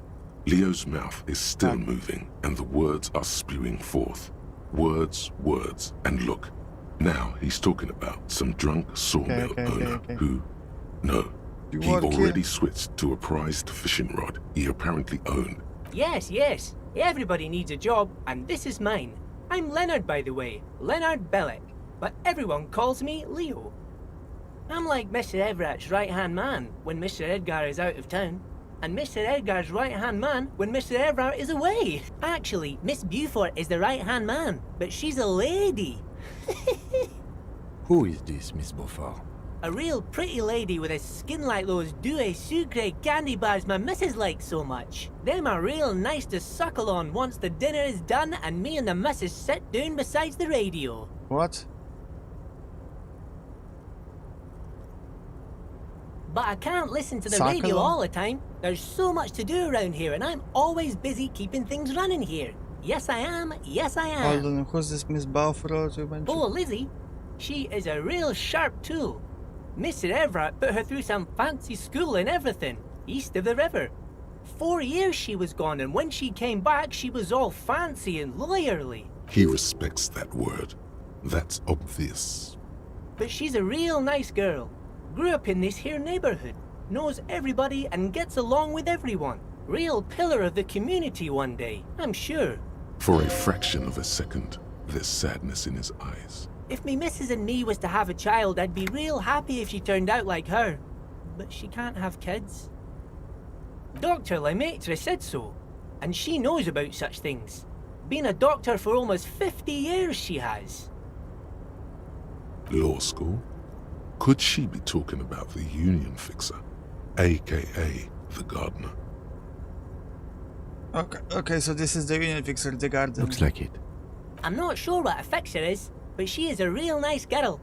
Smart as a whip, too. Telling the gardener you know her name might throw her off. Perhaps something to consider later. Okay, thank you, rhetoric, in my brain. For the suggestion. What is this container over there? Points to the container suspended from the crane arm. Oh, that one. That should be empty as far as I know. Lots of containers here have nothing in them. They're just waiting to be loaded up. Are you the Leo who wrote the note to make more banners? Oh, yes. I leave all kinds of notes for myself. That old head of mine ain't so good at keeping things in no more. I almost forgot about the borscht. What was that about the borscht? Oh, yes. I've been taking special whirling borscht to the men every day since the strike started. It's very, very good. Makes a man feel so warm and happy. I feel like I could take on Mr. Renadan's boar dogs every time the lunch is done. What do you mean, taking this soup to the men is for striking? Yes. I'm taking it to them. The borscht keeps them happy and in fighting spirits. Makes Hold you all up. warm inside. Who makes they it at the brew it whirling? in the whirling in rags. Oh, the whirling's cook. He makes it. Them is always talking with Mr. Manana in that weird language and laughing together. He doesn't speak what we speak. He's from Grad. Something is off about this borscht. I'm going to look into this. Oh, sure, mister. Sure. You do that. Yes, sir. I'm looking for the leader of the Dockers Union. Oh, you want Mr. Everard then? He's an awfully nice fellow, he is. Him and his brother are both nice fellows. They've lived their entire lives in this here neighborhood. Guys like Mr. Everard and Mr. Edgar, his brother, are real good guys. Made Martinez what it is today. Mr. Everard and Mr. Edgar and I went to the same school we did when we were Listen, boys. Aulio, I just want to know where I can find this Oh, man. Mr. Everard is where he always is. In his office, of course. Bye-bye Okay, now. I'm off.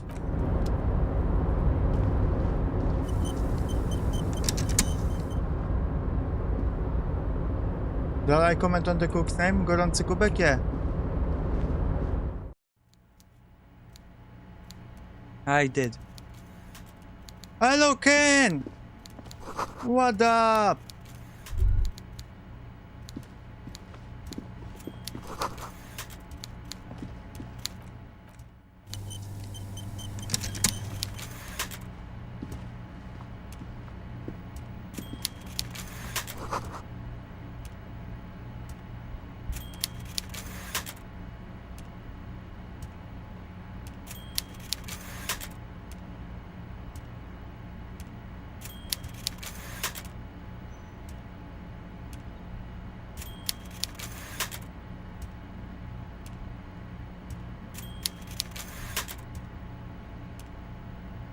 Zero context here. I'm solving a murder case.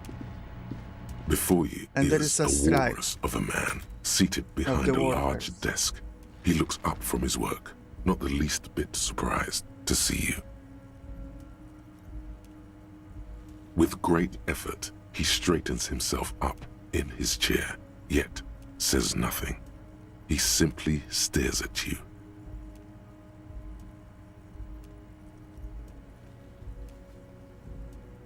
Let's get straight to the business. There's been a murder. Welcome, Mr. Dubois, Mr. Kitsuragi. It's good of you two to stop by. Please, have a seat. I'm Everard Clare, head of the Debarders Union here in Martinez. I'd offer you my hand, but unfortunately my health prevents me from getting up. You understand? He looks extremely comfortable. The tiny folding chair, on the other hand, looks like a torture device. You go ahead, detective. Whatever he has in store for you, it can't be good, he thinks. I'll do my best. Forget about that. What's with this Dubois stuff? You're getting some seriously bad vibes from that name. I don't understand. Please, Mr. Dubois, let us converse in a civilized manner, as equals. Take a seat. I insist. Okay. Excellent, Mr. Dubois. I'm going to take I can damage, see that you're a aren't I? reasonable man, And reasonable men can be of great use to one another. I mean, serious. So tell me, how can the head of the Debarders Union help a representative of the Revachol Citizens Militia today? The chair you're sitting on has got to be the most uncomfortable chair in the world.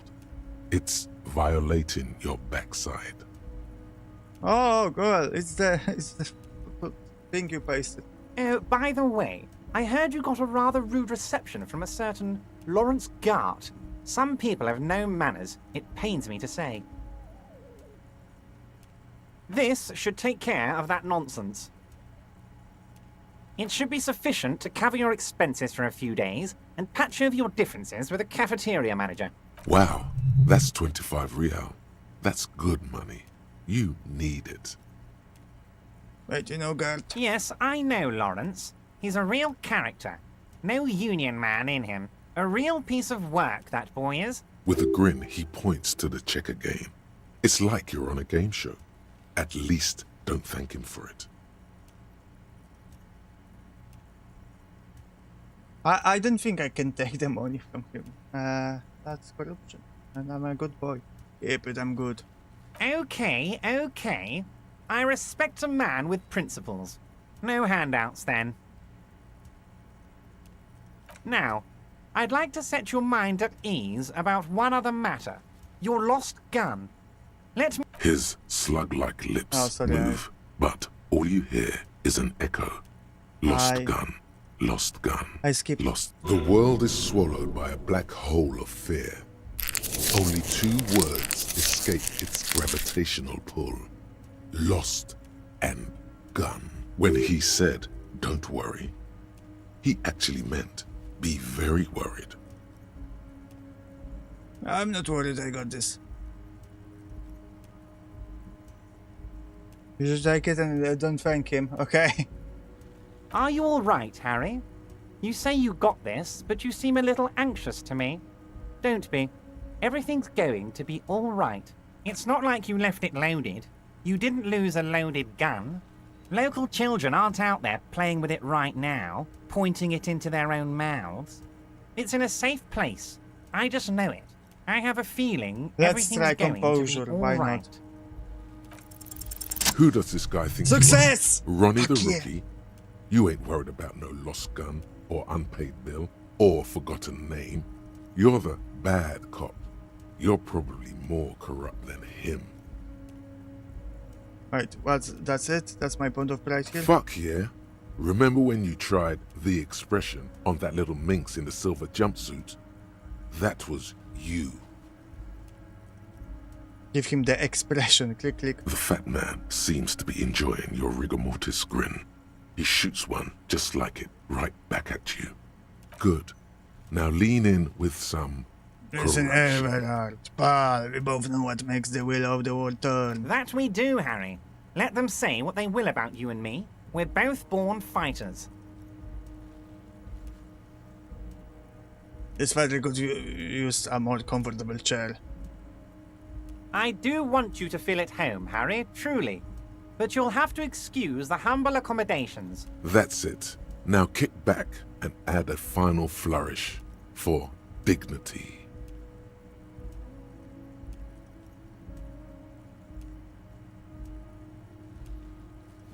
Thanks for your hospitality. Feel free to visit me down the station at any time. You strike me as a reasonable man, Harry. I like that in a law man. Let's cut to the chase, shall we? What can Everard Clare do for you? I think we'd like to ask you a few questions. Don't you think so, Detective? Whatever you do, don't ask him about the gun first. You don't want him thinking you're scared.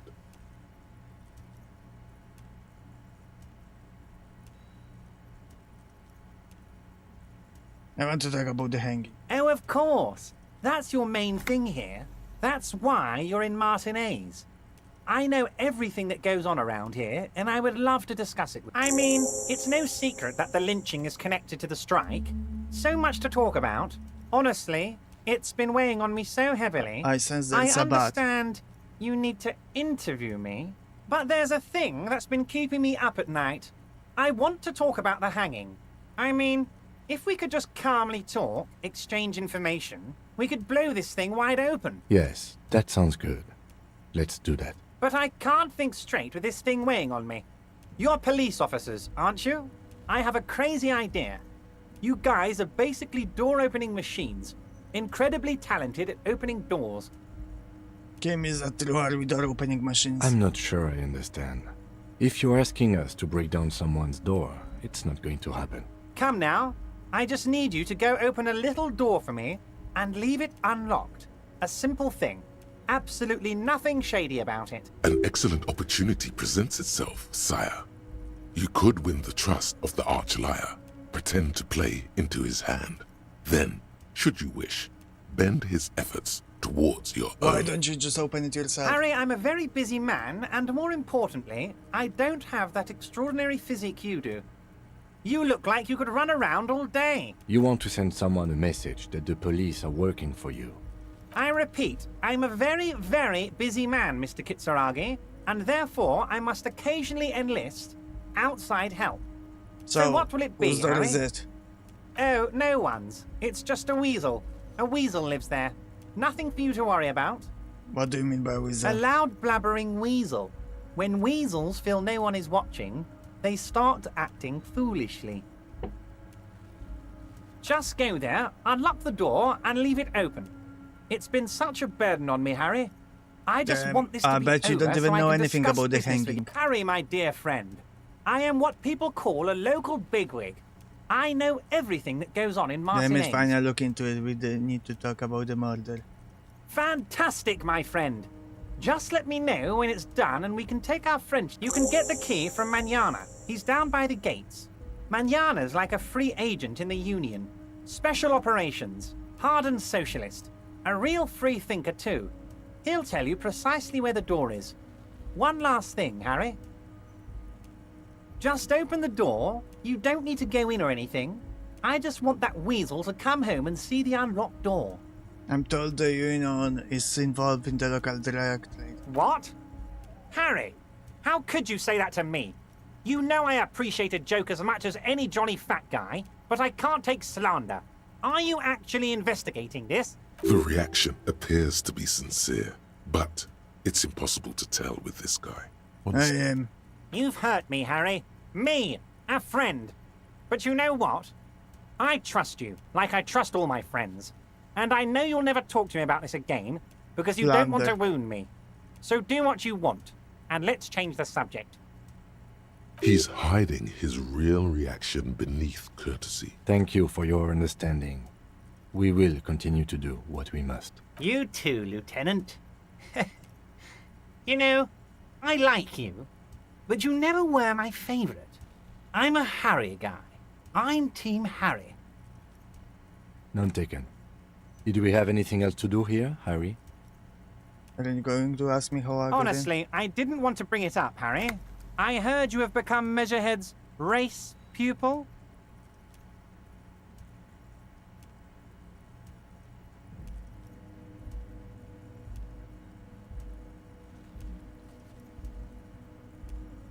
I'm not a race people, I just listened to some of the things he had to say. Of course, Harry, of course. You're not some kind of a fantastic racist now. And rest assured, no one's gonna hear about it. No one's gonna know what you did with race there, Harry. Your race bonanza is safe with me. Word of how racy it got will never leave Martinez. Anyway, I assure you, I am a very well-informed man. Information reaches me before I even get the chance to request it. I'm looking into Shady Brew. I don't know what that means, Harry. Shady Brew? There are so many moving parts in my operation, I can't keep track of them all. You know what? Don't even tell me. Whatever it is, do it. Surprise me. Just one thing. If you can, make it even shadier. This Ram is kinda annoying. He's kinda a fun character, but he can be annoying. He sincerely has no idea what you were talking about. And he doesn't care either. I'm Joyce, the company representative. Oh, that's very nice. I haven't gotten around to her yet. I'm very, very busy, you see. I hope you're getting along. One thing I want to make very clear, Harry, is that this is not some kind of union versus corporation situation. Everyone is just pals Just here. pals? Yes. We're all trying to do what's best for Martinez. Don't feel like you shouldn't work with her just because you and I are such good friends. I'm not a jealous guy. What happened to the previous negotiator, Michel Gamon? What do you mean, Harry? Nothing. I let him go. He made concessions for the company in previous negotiations. Why would you let an ally like that go? He's an old man, Harry. I wanted him to spend more time with his family. God knows how long he's got left. You called him a midget. Harry! I have little people in my organization. I would never call someone a midget. What is this? Honestly, I'm beginning to think you're a midget, Harry. I'm only kidding, You Harry. said the previous You're union not leader a midget. vanished under No one suspicious is. circumstances. We're pals. Vanished? Harry, the woman left her casserole in the oven and couldn't make it here in time for the voting. Oh, did I leave my casserole on? Better go home and check. The election can wait. When she got back, the whole thing was over. Wait, there was no mention of a casserole from Joyce. Only just didn't mention it in a casserole. Harry, Harry, Harry. Do not fixate on this little matter. Maybe it was a rabbit stew, or a hairdryer, or an iron. The point is, her heart wasn't in it. Mine was. That much is true. His heart truly is in it, though you wouldn't think so by looking at him. This particular brand of humor he has, it makes for a fine distraction. If it's spilled blood you're looking for, then there certainly isn't any in his expression or demeanor now. Everard Joyce seems to think the union is lowballing her. Yes, yes. Low balling, of course. This isn't a casino, Harry. Real people, real livelihoods are at stake here. But everything's a casino for those rich types. His expression makes it clear. This is childish and irresponsible behavior. Why haven't you let her in to see? If she actually wants to see me, she will find a way. Any good negotiator would. And I just don't have anything to discuss with a bad negotiator. He doesn't want to see her. It's as simple as that. Okay, let's talk about something else. Of course, Harry. Let me just assure you one more time. It's perfectly okay to share anything we discuss here with this Joyce. This is a completely transparent organization. I have no interest in what she is doing, but I myself have nothing to hide. Your business is your business, and I respect your privacy. Just remember, none of this is secret. Tell her about all of it. My brother's picture, my singing swordfish clock. Tell her how overweight I am and how I'm helping you find your lost gun. Tell her about everything. Everard doesn't mind. It is rather interesting to tell people things about each other, isn't it? It was nice telling him about her right now. I'm not asking about him calling me Mr. Dubois because I think our protag would not like to ask that. He kinda ignores this, I think. So we'll ask with time, I think. Let's talk about my lost gun. Yes, your lost gun. My best men are on it. They're turning every stone, searching every playground, asking kids, grandmas, everyone. Your gun will be found, Harry. Let me assure you of that. It's just a matter of time and effort. The only way to find it seems to be working with him. He might even be holding your gun hostage. Hold on, could he really hold my gun hostage? Who knows? Only one thing is certain. If you work with him, you're going to get it back. And working with him might be the only way to do it. Wait, the gun might have been bought from the Royal sponsor. Have you manufactured that in? Yes. Thank you for the hot tip regarding your lost gun, Harry. My men have indeed factored in that you pawned it. Now, please, let the professionals do their job. Kick back, Harry, relax. I have great guys on this. You focus on what's important. Building our relationship for the good of Martinez. It did not come as a surprise to him. He might actually not be bullshitting. Okay.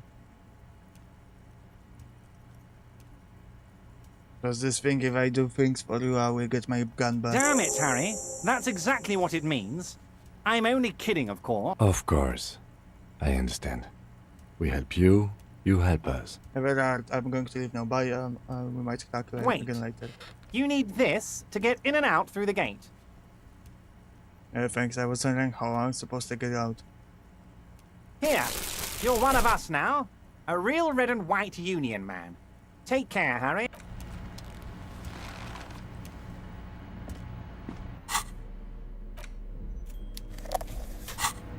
Let's improve our perception. And let's, you know, check the body again.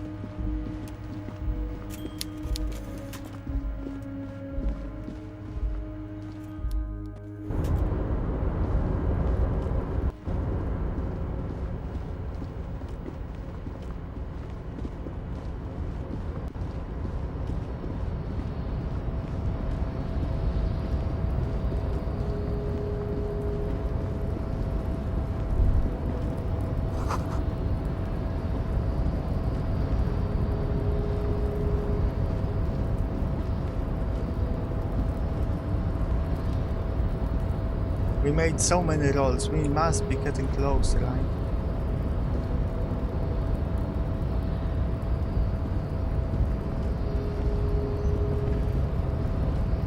To success with the investigating of the body.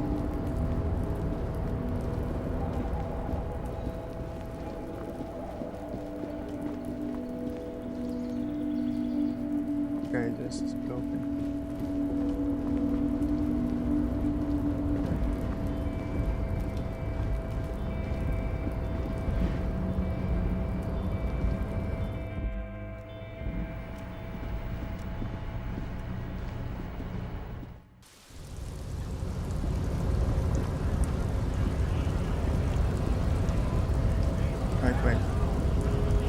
So, how'd you like our harbor? You've been in there, he means. Talked to the boss man too, probably. Nice enough. It's but a rest area on the path leading You across started a open job. plains. Oh, you changed jobs. How is carpentry going for you, Ken? Do you like it? Were you ever done any carpentry before? Right. You talk to the boss, eye to eye, like men of the plain. Never said you have any more the door? a key, huh? What door is this key supposed to open?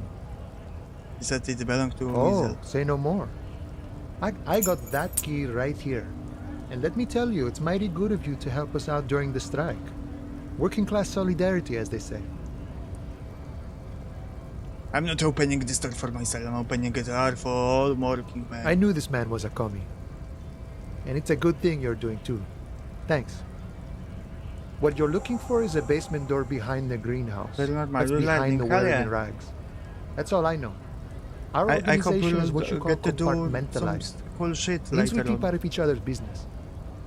Okay, but where did you get the key from? The janitor gave it to me. Nice fella. We talked about life and things that really, truly matter. None of this mess we're in. This jiving and juggling. What's Anything it for? else I should know? To feed our children, I guess. I'm more of a philosophical dock worker. I like to talk about the big picture stuff. Who I am, who you are, what we are fighting for. He means he's not going to tell you cause he doesn't know.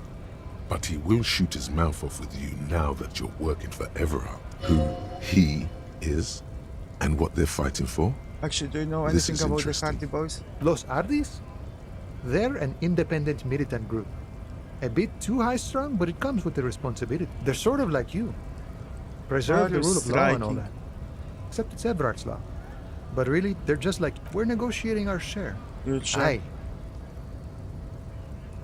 Right, so not wages or pensions or... This stuff. They already covered. Should you be grateful then? Okay, at least good benefits, that's something. It's not enough. Not enough to get ahead. More about keeping us in our place. How large a share would you like? All of it. However, right now we want all the harbor workers to be on the company's board, so they could take part in the decision-making process. This seditious talk sounds like communism. Hell yeah! Just so we're on the same page. Communism is basically wanting to kill the rich people or deporting them to a labor camp in southeast Grad. But don't say that out loud if you're a communist.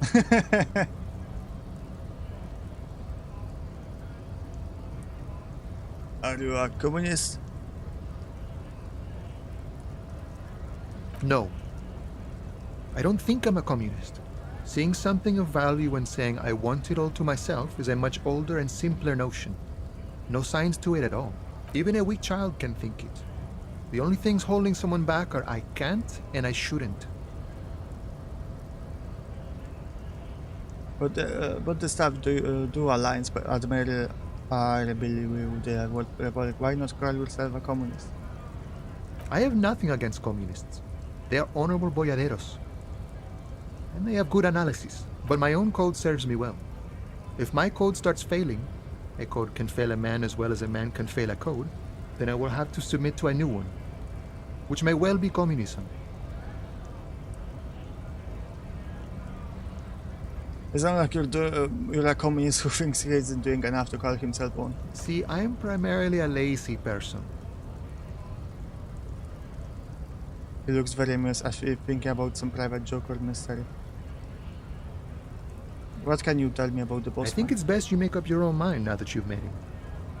In my eyes, he is a capable organizer and a decent businessman. I guess you kind of get to be the village chief. He oversees the harbor, makes deals with the owners or other relevant parties, watches out for his own. By that, you mean corruption? By heavens, why would he not be corrupt? We live in a harsh and disordered world, see? And in this world, the old man is corrupt for our benefit, and we know it. Appreciate it even. He is, personally, not too lavish. That does seem lavish to me. He is reasonably lavish, sure. That's his prerogative.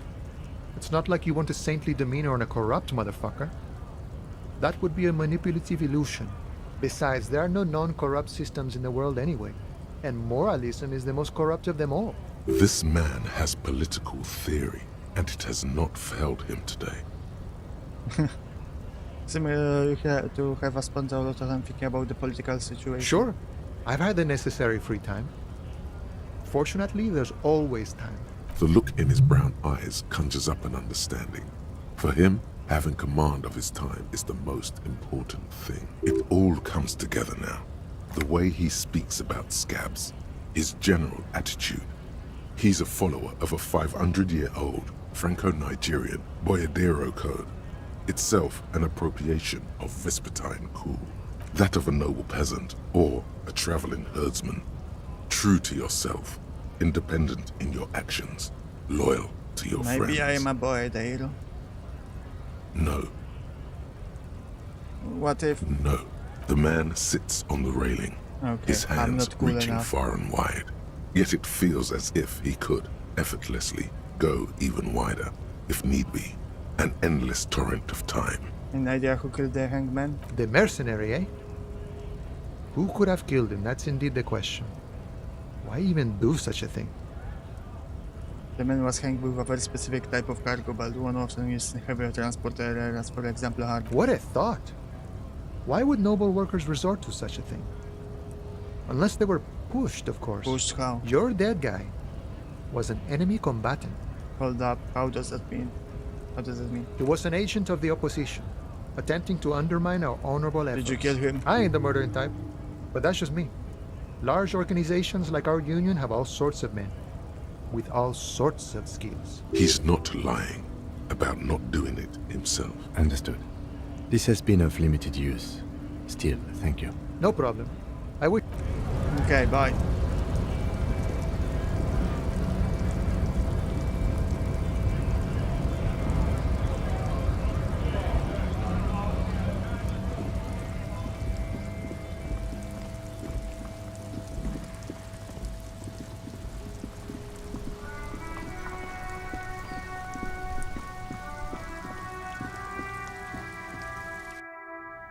Let's investigate the body.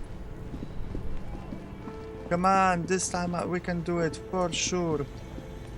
My perception is Yes? almost maxed out.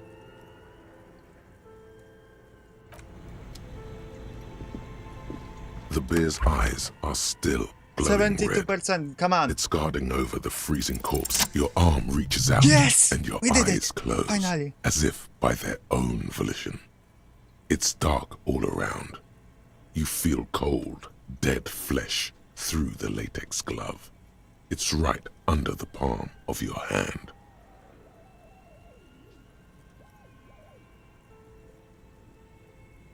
What is this? His face, his cheeks, his nose, his fat, swollen lips. Like a rubber spider, your gloved hand crawls on his features. Everything is silent, all around. Up his nostrils. They are swollen shut. You need to really push your to get fingers in in. his nose. Only the little one fits. The flesh changes shape as you bore in, searching for something in the cartilage. The thing you're looking for, it's not there. Crawl out, spider. Put your fingers in his mouth.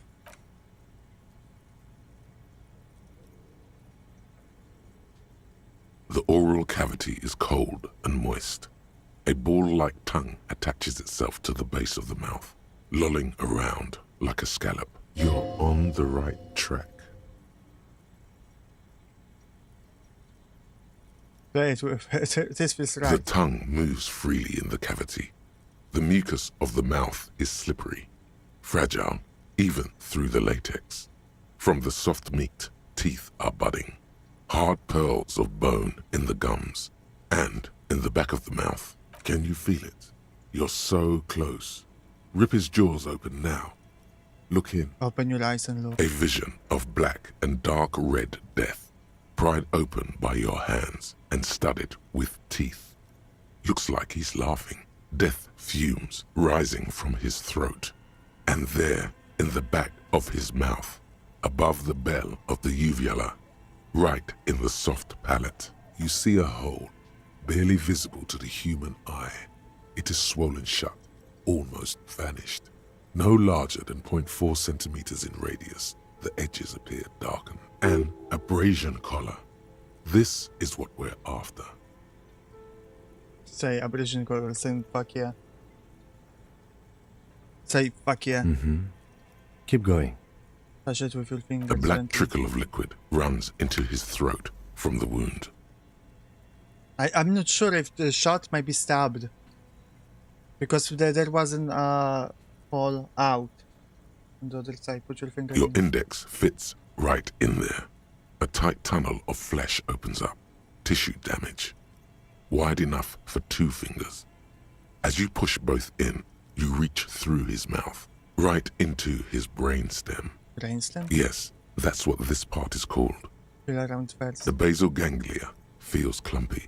What entered here has torn apart his reptilian complex. This man will never sleep again. Never wake. Your yellow fingers slide into the remains of the limbic system. There is no resistance. It's gelatinous. The slug-like structures are damaged too. The tearing extends deep into both hemispheres. The ululations of the limbic system have ended. All is quiet. There's a cavity cut right between the hemispheres. The lieutenant answers with the sound of his pen on paper. Push deeper. Your fingers are all the way in now, reaching toward the inside of his skull. The cavity goes further, but the entry wound isn't wide enough for the rest of your hand to follow. Your fingers reach toward his skull. His cerebral cortex feels like jelly. Cold jelly. Strange fluid streams down your wrist as you push deeper, until you feel it on the tip of your finger. Ice-cold serrated metal.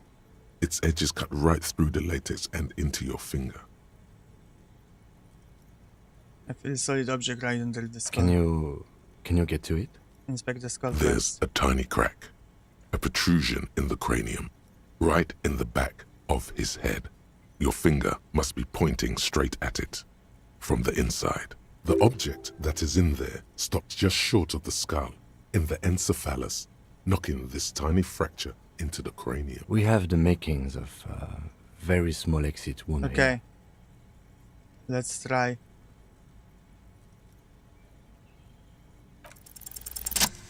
Success!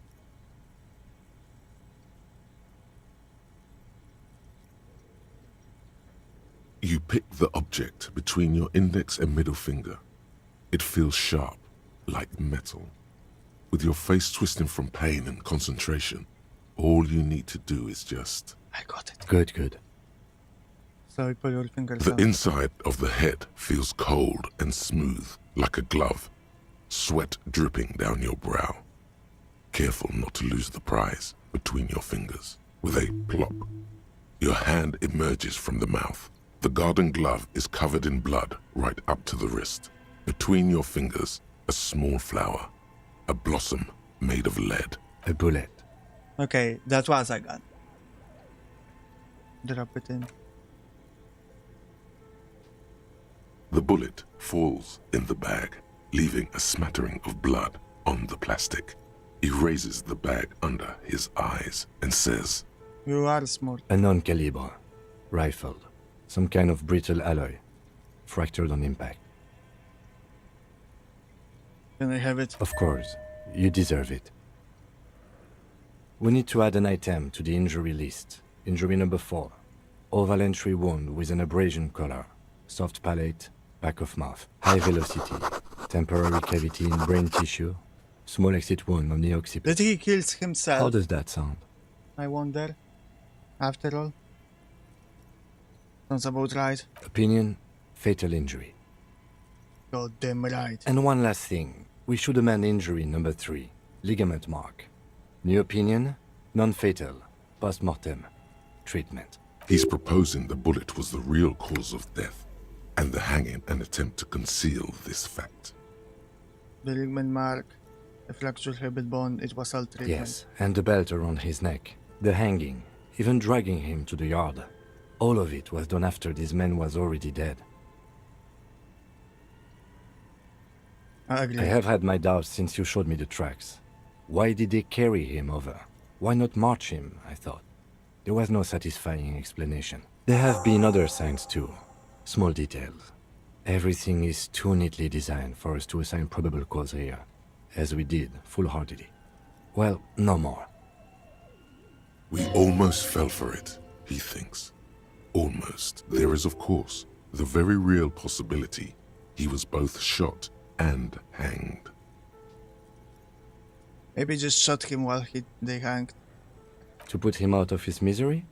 It's possible, but it doesn't explain all the other dubious things here. Lack of struggle, primarily. Why I may be intellectually sloppy, who but I do prefer this? one theory at a time. And this just smacks of treatment to me. That's for us to find out. And who would, But why this, would anyone it do will this? make finding them just to hide something. The real killer? The real motivation? What really happened here? I think I need to wash myself. Oh, you really, really do. I am glad to hear you say that. Your room in the Whirling in Rags should come with a bathroom. Be sure to make use of it in the evening. Make the bullet holds more answers. Yes, we should take a closer look at it. I am certain it has more to tell us. This little thing could reveal much about the weapon that shot it. What happens We next? bag the corpse and carry him to the holding pen of my kinema. I can transport him to processing myself, but I will be gone for the rest of the day. Will be gone. What should I do in the meantime? Work on the case. Tend to personal matters. Try not to do anything too dangerous. An officer needs backup in a neighborhood like this. I'll leave that choice to you. And one more thing. Great work, detective. After you bag the corpse, Lieutenant Kitsuragi will leave the party until tomorrow morning. You can do side tasks, and even the main case. Okay, I will send him a bit later in the day. Let me save the game. I did it, finally. Right now, I'm around the same spot when I finished, when I was playing the first time. I didn't do this. I didn't find the fridge and put the body in and examine it. But I did some things in different order, but, you know, maybe I was a little further in the day, but something like that. So we're basically where I ended. Or not far from it. But that's it for today, because I have to go with my dogs. I didn't go with them earlier, and it's already past midnight. And yeah, thank you everyone for coming today.